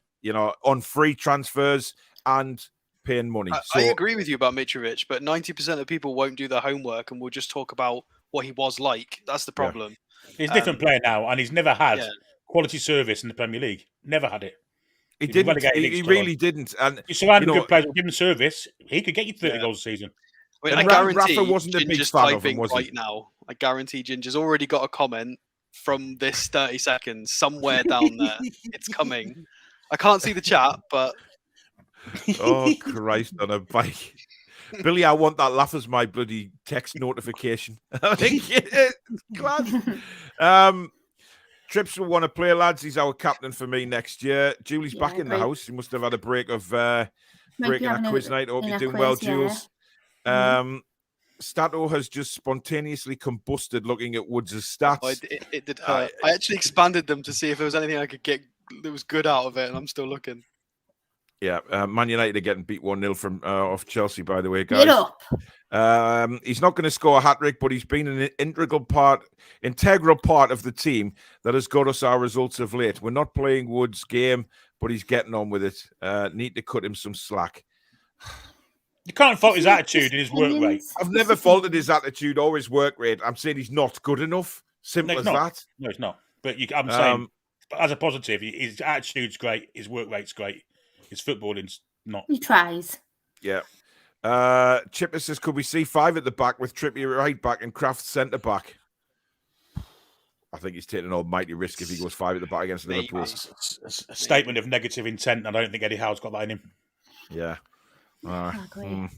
Ryan says, we've missed Trippier in his passing ability. Switching the play from him is amazing. Yeah. It is, 100%. You know, if Trippier's back, Wood will start 100%.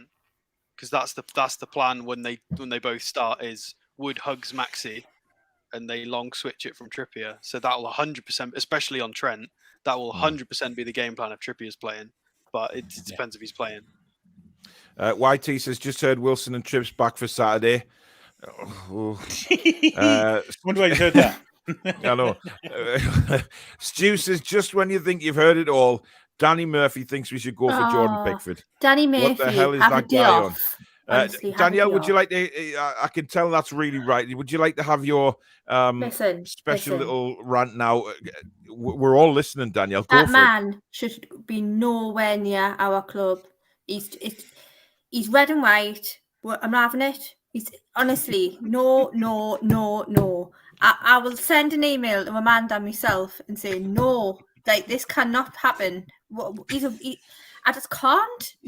Imagine. Can you imagine if he was... No, I bloody can't. Absolutely not. Whoever said that is having an absolute giraffe and a massive Sinclair also. Wow. A giraffe and a Sinclair. That's a bad day at the office. That is a bad day at the office. Yeah. Bandar says, what about Mo Salah versus Matt Target? I'm actually looking forward to that. I really am, because I think Matty Target will be up for the challenge, Alex. I think he will. Yeah, well, I mean, bold prediction, but I think he's knocking on the England door right now, Matt Target. If he puts in 3 or 4 more good performances, he's definitely going to be in with a shout for the next squad selection, because his performances have been incredible. Especially considering they're trying out youngsters at left back with Mitchell getting the call up. I think Target's been better than Mitchell for the last 3 to 4 months. So he'll be motivated because his contract is his future is a bit up in the air, because there's a lot of people saying, oh, well, we're going for Lodi. There's all these rumours floating around and we're not sure. So I think he'll want to finish. He's come here for a 6-month loan and he's been incredible. We've got a few matches left, and he'll want to go out strong, and going out strong against Liverpool and City and Burnley. Sorry, Burnley is going to be integral. So I think the problem with Target is going to be more the ball's in behind when he's out of position. I think 1v1, I back Target. I think he's a strong lad. He's intelligent. He wins his tackles. I think if Salah's in front of him, it's fine. It's if they get into that little pocket and Burn has to scramble that's the problem. David Crone says 76 away kit was the Brazil strip. Michael says, what are your feelings about Castori? Will there still be our kit supplier next year? Well, I mean, listen, if I start on Castori, we'll go on for another hour because people know my feelings on that. I do not want a crop top for a Newcastle United replica shirt. I want something that is what are you laughing at? It's just funny. I want to buy a shirt when I come in May for this season, and yeah. Then I was thinking about it today that I want to get one, and now you've just reminded me. Maybe I shouldn't. Maybe I should wait. I would wait till next season, because Alex, if you want a crop top and look like you're playing women's volleyball on the beach, then that's fine. But a crop top is not my style at all. That's for Saturday night. Evening, Susan. So I mean, it's in the car parks. No. Let's not even go there down that road, Billy. We're fish and chips. Sam says we could be like New Wolves. They have the Portuguese national team. We have the Brazilian one. That's interesting. Gary says the 40 million, the Brazilian. Joe Linton, up the league we go. Matt will pocket Salah. I hope he does, Swanky. I hope he does. Ginger says, I really hope we get decent kits off Castori this season. Now we have the money. Give us a green oil kit. Oh, can you imagine? And a green oil kit. I mean, that will just, the rest of the league would be senseless with demonstrations and protests and general craziness, wouldn't it? It'd be incredible. Carl says, just renewed my season ticket. True faith in the new regime. Exactly, Carl. Carl says 78 booked at away shirt was very Brazilian-like. Dennis says, as soon as they see who's on VAR, they'll dive 100%. Of course they will. Terrace says, don't forget that Mike Dean could gift Liverpool a penalty from the VAR box. Are we all confident that he's going to screw us over? Yeah, I think he'll ruin. If we do score, he'll ruin every celebration. Everything will go to VAR, man. It's all about him. He's he's going anywhere, isn't he, at the end of this season? Oh, no. He's retiring, but he's still going to be on VAR. Oh, for God's sake. I was looking forward to having another buffet. There's two more announced today, weren't they, retiring? I can't remember who it was, though. Two more refs. I can't remember who it was. Please. So that's three going to be gone. Well, the fact of the matter, Mike Dean is still going to be doing VAR, which is a little bit of a disappointment. If disappointment is the word, they need to give them mics. I need to see what's going on with this, because honestly, it's a thought, but look, rugby do it, and I don't see a problem with it. You hear the referees, but the problem is that the rugby referees have a lot more respect than what football referees do. There's no doubt about that. Well, it's not a surprise, is it? Yeah, you just they mocked up David Ellery in an Arsenal game versus someone 20 odd years ago, and they couldn't show what was saying because every other word was an F or a C or a B. Well, that's the problem, isn't it? Football's kind of different. You would think that rugby players are like that, but rugby players all talk like Alex, so they're very, very well spoken. They call the referee sir, rugby players. Yeah, sir. Do they? It's John Moss and Martin Atkinson are retiring at the end of the season. Oh, Atkinson's going. Bye, Martin. Won't miss you, hon. Yes, don't let the door hit your big backside on the way out. Dylan says, liked and subscribed. What a show. Fair play to use. Thank you, Dylan. Welcome to the channel, mate. Is Sinclair coming up for Two Little Ducks? I'm not reading some of these comments out on John. It's not the horseman that no. Chesway says, shouldn't there be a rule that refs shouldn't be able to officiate clubs they support?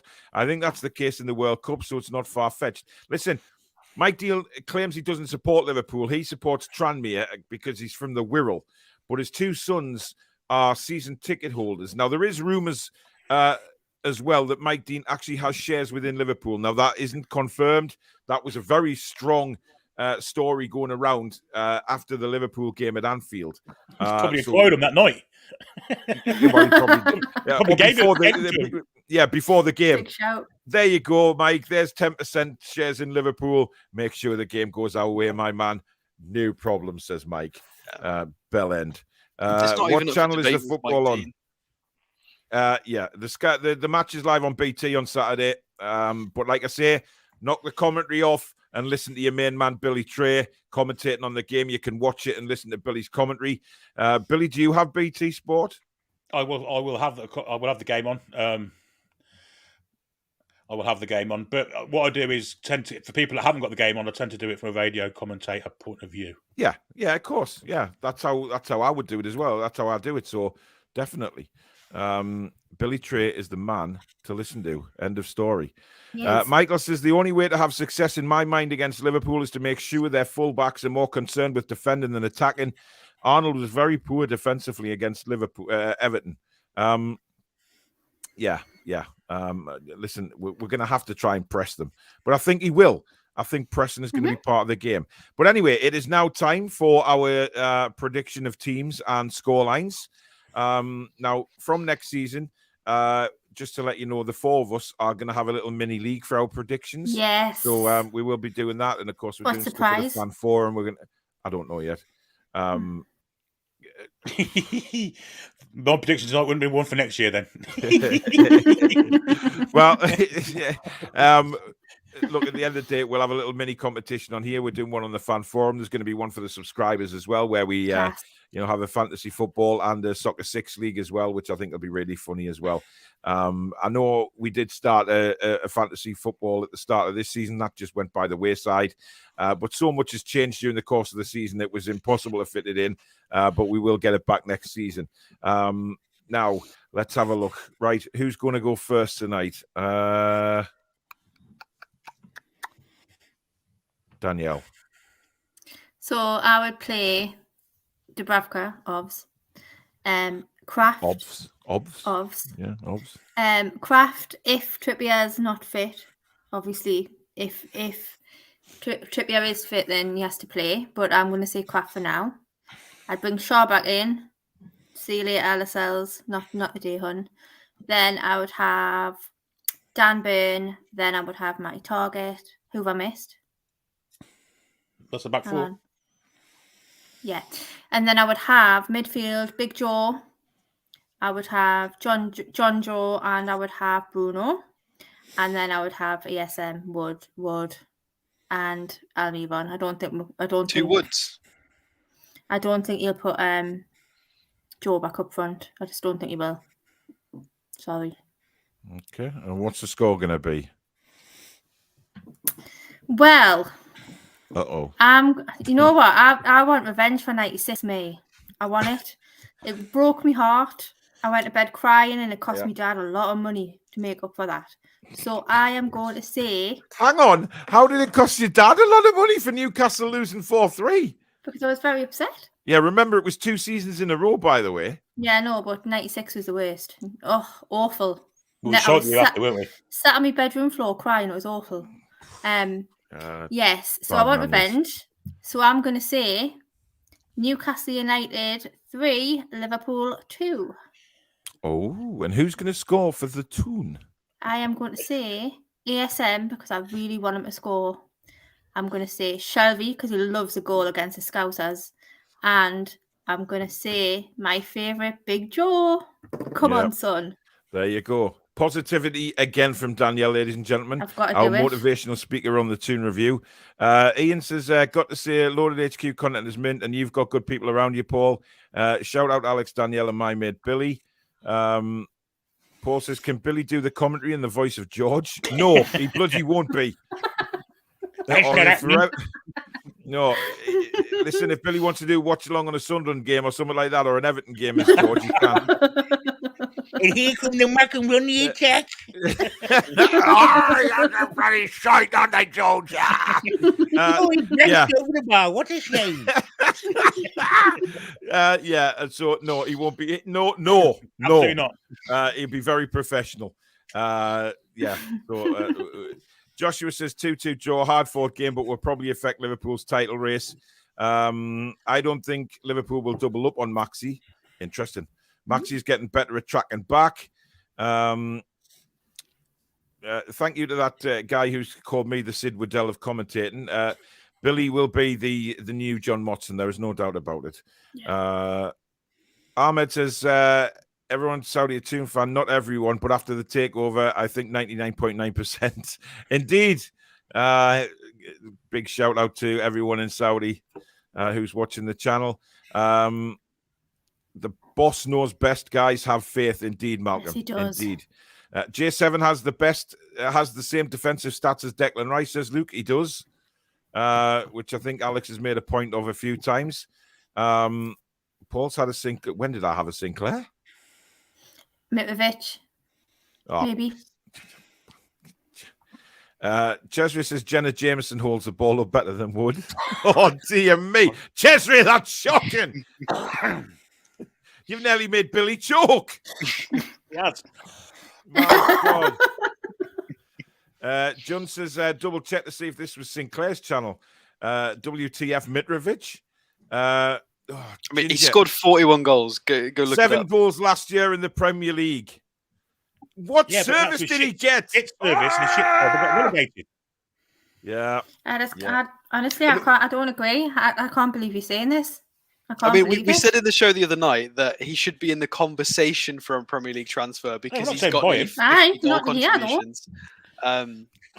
You know, his scoring record this season for people who don't watch the Championship is ridiculous. It's outrageous. It's never been done. Bizarre. And let's face made it, the Dwight Gale Championship look is a rough and tumble league, Alex. It's a rough and tumble division. And after you said it on Monday, I went and I actually researched, Alex. You'll be proud of us. I researched and I thought, yeah, he's got a point there. Terry says, yes, Mitrovic. Yeah. He's absolutely shit hot. He's on the with you, Paul, mate. Thank you, Terry. Malcolm says, Paul, do you honestly think Fulham would let him go? I think he cost a pretty penny because he would be the difference between them staying up and not staying up, I think. So we'd have to pay a lot to get him out of there. There's your comment from Ginger Alex. Oh, that's nice. Nice language. I knew it. Ab says Mick Rowe's still a Championship player, albeit a good one. This is like the call to play Hendrick. Listen, Robert Lewandowski. I take it you mean Lewandowski on free. Mad or what? Yeah, he is on a free. And Malcolm McDonald earlier on was pushing for Newcastle to go for him. Man United have equalised against Chelsea. Yeah. VR. His missus won't want to come to the Toon. His missus is a proper Victoria Beckham of Poland. She won't want to. Yes, she won't want to be in Milan or London. I don't think he'll just go anywhere. Seattle Geordie says, why did we not get Andy Carroll back? He can hold the ball a lot better than Wood. Wood is like having a cardboard cutout up front, but less rigid. That's that. Mitro, 47 goal contributions is just insane. Well said, Ash. I feel like I'm in the Twilight Zone. Honestly, I really feel like it. Everyone in October when this takeover went through, oh no, we can't go back. Don't look back. Not Mitrovic. Danielle, you said it yourself. Don't you raise your voice at me, young lady. You did. Listen, I know I did. But you look at his stats now and you look at the improvement he's made. Even at international level, he's doing it, right? And that says to me that with good service, he could do it in the Premier League. And it'd be very, very interesting to see what he does next year, whether it be at Fulham or, if they improve the balls he gets in the box, etc. But we'll see. I'm not saying we're going out and signing. I'd rather see us go for somebody else. Of course I would. I'm just saying the option is there. Is that sort of calmed you down now? That's all right. That's good. Ginger says, Paul, say this after me. Victor Osimhen. Yes, very good player. 100%. How many current Premiership strikers would score more than 40 in the Championship? Fair comment. For Fulham, of course. We'd have to say for Fulham because that's who he plays for. But it's hindsight because we don't know. He should know better being a Toon fan. I'm not sure whether he's having a dig at me there. Many forwards have scored bags of goals in the Championship and flopped in the Premier League. Not 41. No, people get 25, 30 goals and it's like very good. 41 is alien. It's obnoxious. Yeah. That's why we're having the conversation, because it is so obscure. People are having to have the conversation. Jim, you are one sarcastic mofo. Shaka Hislop wants to come back. Answers, great show all. Thank you. We don't need that dinosaur, says Ahmed. No. 27. If Matt Target can keep Salah at bay, then surely is a no-brainer for how to sign. I think that's already a done deal, to be honest. Yeah, hopefully. But again, waiting for confirmation. Right, Billy, what would your team be for Saturday, my man? I'd keep it similar kind of vein as last week. I'd bring in Almond for Murphy. I'd bring in Cher for Lascelles. I'd bring in Shelby for Longstaff. And so the side would be Dubravka, Kraft, Cher, Burn, Target, Shelby, Guimaraes. Sorry, who? Guimaraes. Who? Guimaraes. Bruno. No, Billy. Bruno. Bruno. You know what? I was really interested to see how long that was going to go on for, to be fair. Yeah, but the thing is, I was saying it, and I was trying to be professional and say it in the Portuguese way. You did right, Billy. You did right. You did very well, mate, but he's the Bruno. He's Bruno. Okay, Bruno. ASM, Joe Linton, and I'm on. Yep. I expect us to go at them with a bit of pace, and I'm very much in the same script as what Danielle was saying. What goes around comes around. My head says something completely different. My heart says 4-3 with a last-minute winner. 4-3 with a last-minute winner. Jesus. I don't think I'd be able to control myself. Karma. Indeed. George says Pickford and Trippier are best mates. They are. I don't know why Trippier would get involved with someone like that, but, you know. Michael says Target getting an England call may be a bad thing for us. If there is no buyout clause, raises the price, of course. Have we got internationals before the window opens? That's an interesting I don't think thing. we have. I'll have a look for the next transfer show, I guess. I don't think there's any more internationals till the season kicks off, to be honest. Jim says, I heard Umbro. Jim, you're just being a sarcastic morpho again. Can I just check one thing? Transfer deadline day is the 1st of September, isn't it? I think so. Because either way, that's the day we're doing the deadline show because I've booked it off. It's normally the day before, isn't it? No, it's Bank Holiday Monday on the Monday.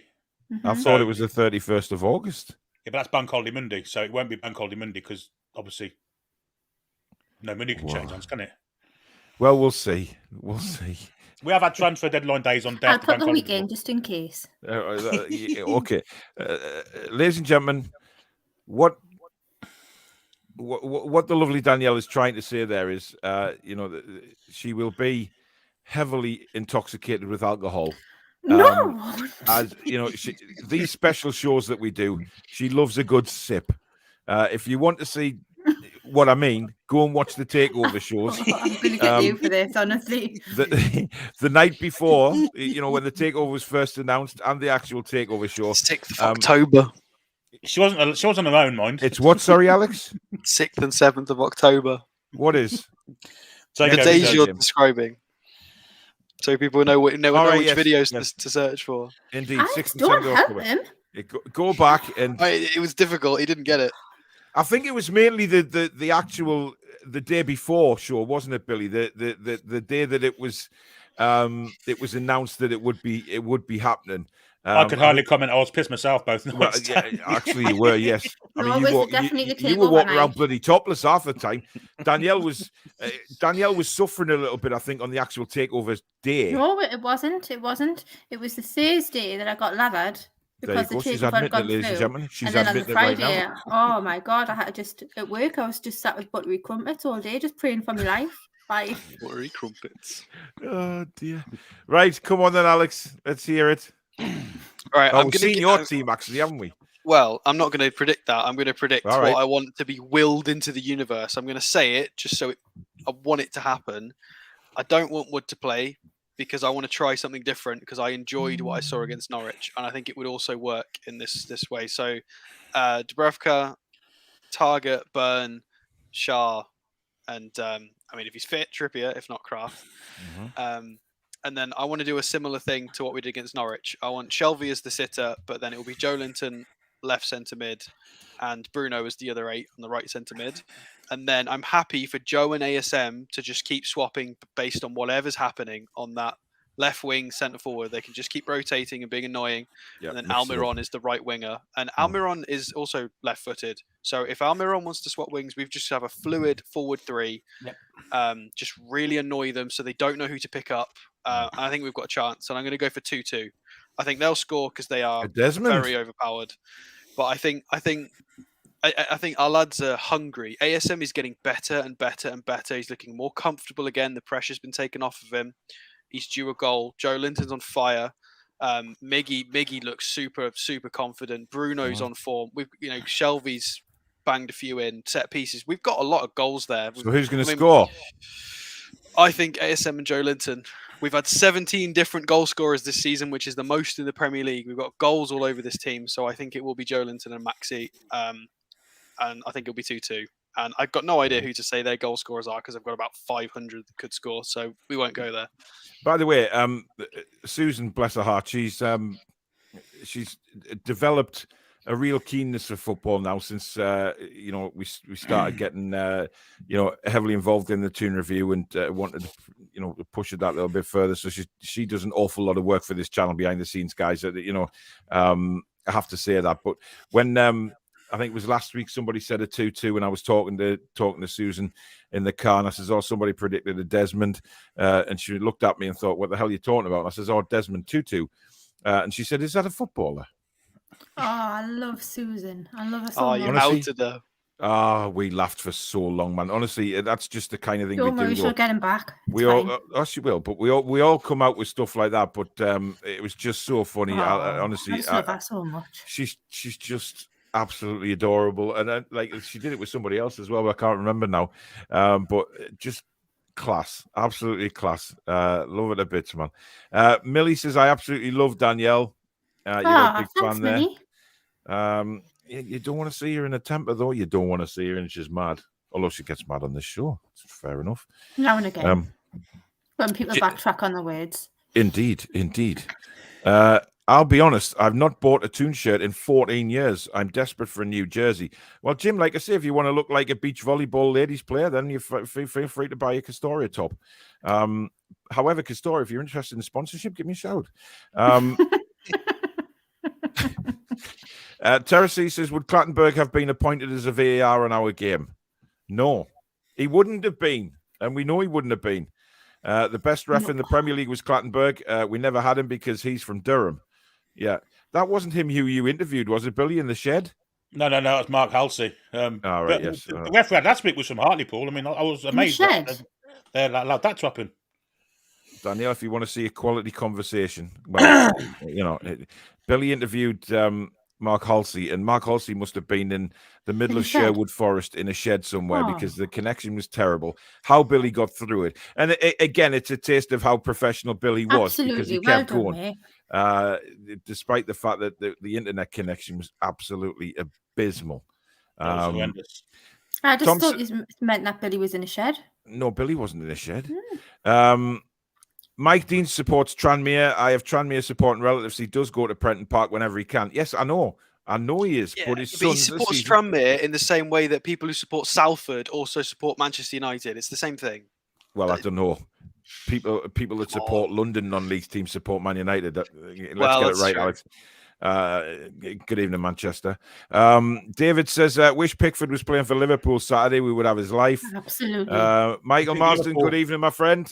He says, hi, all renewed my season ticket, and he's going 3-2. Well done, son. I think Liverpool hate Pickford as much as we do, given the fact that he knackered Van Dijk what he did to Van Dijk, yeah. Ian says, Danielle, will Defos win?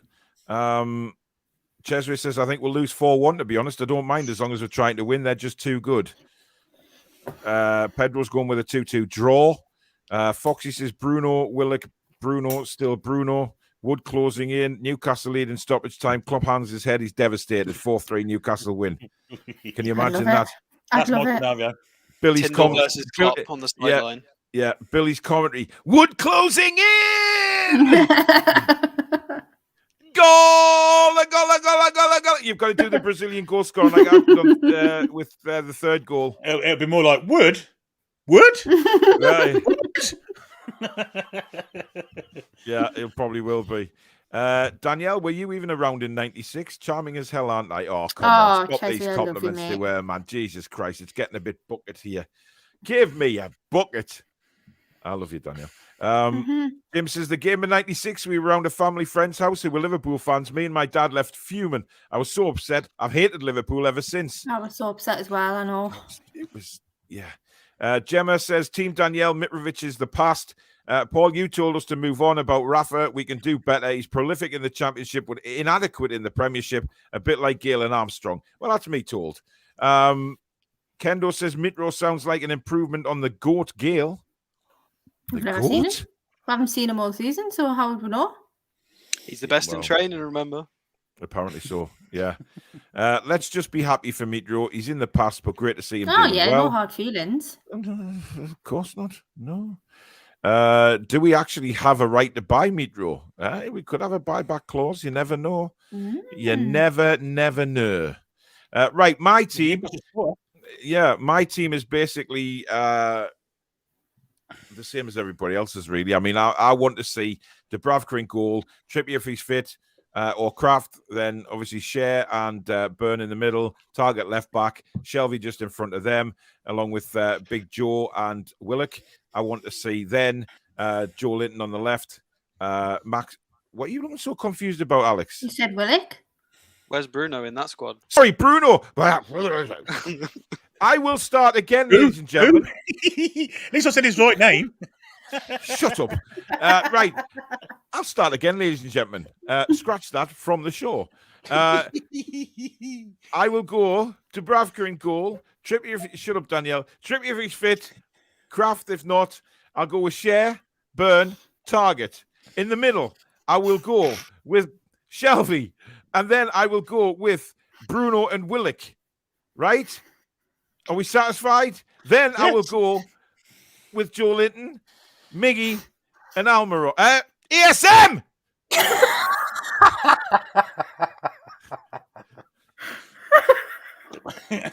I have had a long day riding on trains. You've had a Sinclair, not a long day. Shut up, Alex. Jason, clip that bit.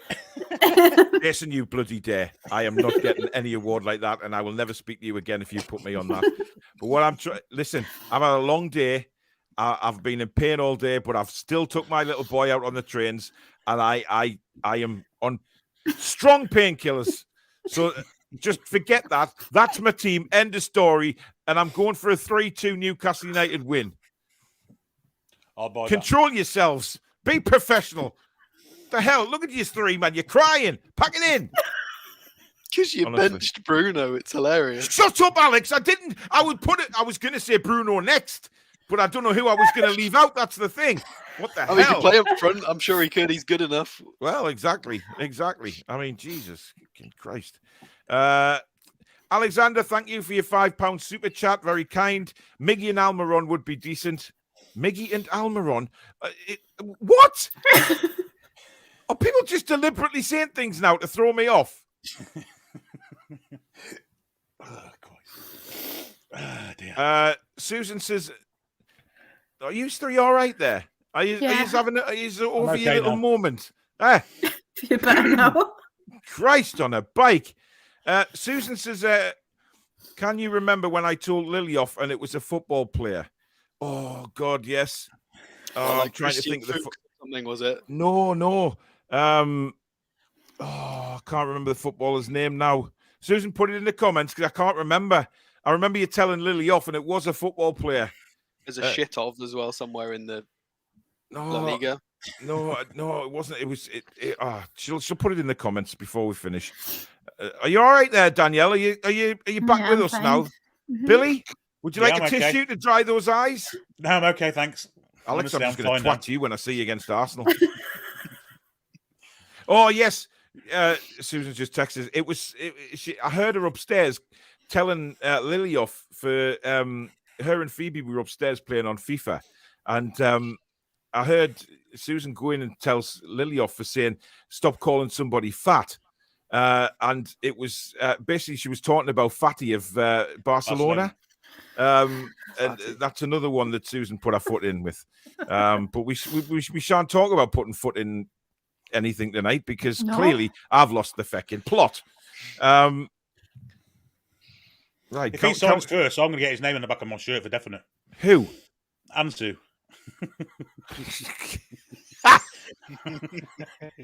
Oh dear. Chesry says, let it be noted that Paul left. Visas is successfully buying a general sales season ticket at Pipe Dream. Not sure when they'll even be up yet. They will go on sale. There will be some, but you'll have to be very, very quick.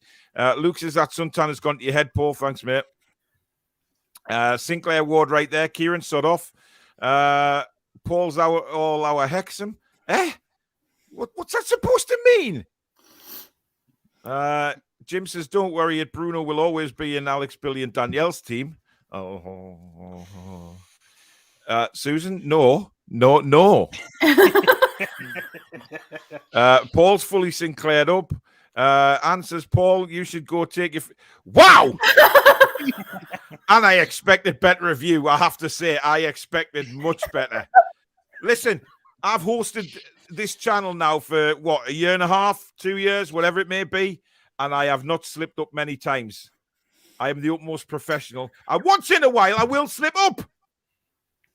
There's no need for such disgraceful actions from my colleagues. I expected better. I expected so much better.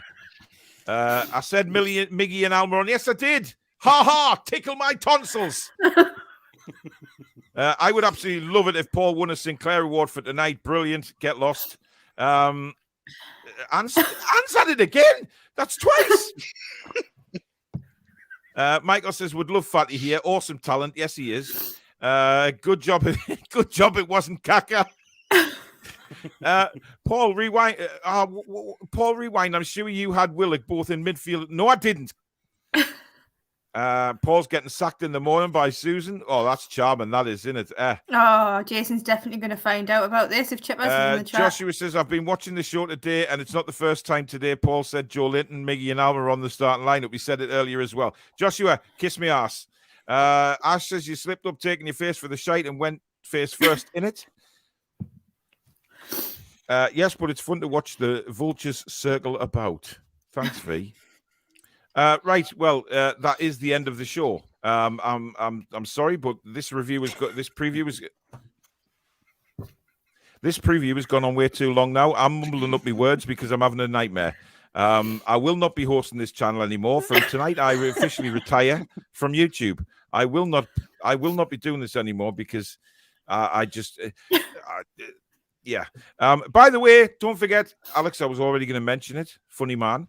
The ladies' game on Sunday. It is £3 entry, and you pay on the turnstiles, and also you get your kids in for free. So do take everybody along. I asked Ben whether he wanted to go to Manchester Airport or St James's Park on Sunday, and guess what he said? Manchester Airport. No. St James's Park. At St James's Park. Yeah. Get in, Ben. Indeed. Yeah. So it looks like me, Susan, and the kids are all off to St James's again on Sunday to watch the ladies' team. So I'm really looking forward to that. Everybody's got to go. We're going to break attendance records. No. I won't be seeing any of yous there. No way. Not after tonight. I'm going to have to look at contract statuses after tonight the way you three have been with me. Not the thing again. It's all right. They'll definitely lapsed in the contracts. Don't worry about it. It'll be mistakes. Alexander, thank you for your £5 super chat. Haven't stopped laughing since I joined the stream. Well, that tends to be the case on the Toon Review. If you want a good laugh, then watch us. We're not serious all the time, you know. That's the difference. We also have a really good laugh on here, mostly at my expense, or when Danielle's drunk and loses the plot, or when, don't start. You know, Alex has been on his raw meat, or Billy starts talking like George from Rainbow. I mean, you know, you get a selection on this channel. You get a whole host of different personalities. All of it's absolutely mental. But there you go. So, yeah, do go to the ladies' game because we want to try and break the ladies' attendance record. We want to see the ladies know that they've got the backing. Obviously, Amanda Staveley wants the ladies now under the main hub of Newcastle United instead of the foundation side of things. And she wants them in the Ladies' Super League, which will be absolutely fantastic. Anyway, thank you everybody for joining. I'm not going to thank you three tonight because you're all twats. Thank you to the mods behind the scenes who've worked very hard again with the chat. It has been a pleasure. Thank you to everybody that's super chatted, that's commented, and made the show what it is. We will be back though tomorrow night with me, Alex, and his new shirt. With this guy, the legend that is Henry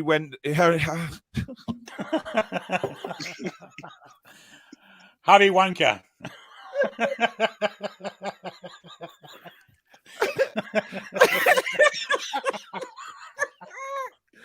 Oh my God. It's too late. It's too late. Anyway, tomorrow night, 8 p.m, with special guest, chief football writer for the Times, Mr. Henry Winter, will be joining us live. So make sure you watch that. Any questions that you've got for Henry, put in the live chat. Alex has been doing a lot of homework as well. So join me and Alex for that. That is going to be an absolutely fantastic show. Henry Winter is world renowned. He's over 1 million followers on Twitter. The guy is just a legend. So it's a big coup to get him on the channel. You know, he's got some stories to tell. And then on Saturday at 12 o'clock, Billy. Look at Billy in the corner there. Look at that little smiling, goatee, bearded face. We'll be doing the live watch along from 12 o'clock. So do join Billy for that. Give him your support, guys, because I'm sure he's going to be wonderful. As I say, he's going to be covering the home games all the time now. Me, the away games, and we'll make sure that we bring you the best possible commentary of the Newcastle games for those of you that can't either get to the games or watch it on telly or whatever. But knock the telly off, the commentary, and listen to Billy because he'll be superb. I have no doubts about it. I'm just looking at the latest comments that are coming through. Some of them I'm not even going to read out. V says, night all, I'm creased up, top show as always. Are you all right there, Danielle? Have you're recovering there? Oh, don't say a bloody word. She's got a mic off. She's muted herself. That's how bad things are getting. I'm sorry. Whatever. Listen, at least we try and bring smiles to the viewers' faces, whether it be on purpose or not. We still try and make everybody smile and enjoy watching the show, and that's what it's all about. But we've been on over 2 hours now. I'm exhausted. I'm losing the plot. I can't talk much more. Thank you for watching, everybody. Me and Alex will see you tomorrow night for the Henry Winter show, which is going to be class. And Billy will see you on Saturday for the watch along. I will be doing a video as well for the press conference reaction, and of course an immediate reaction after the game, which will be uploaded not long after the match is finished. And then sometime over the weekend we will do the match review. I'm not sure what time it will be yet, but we will bring that to you. But thanks very much for watching this crazy ass channel, this crazy ass show, this crazy ass host and his bunch of scoundrel hosts. We will see you on the next one, guys. Take care. Good night. Be kind. Away the lads. Away the lads.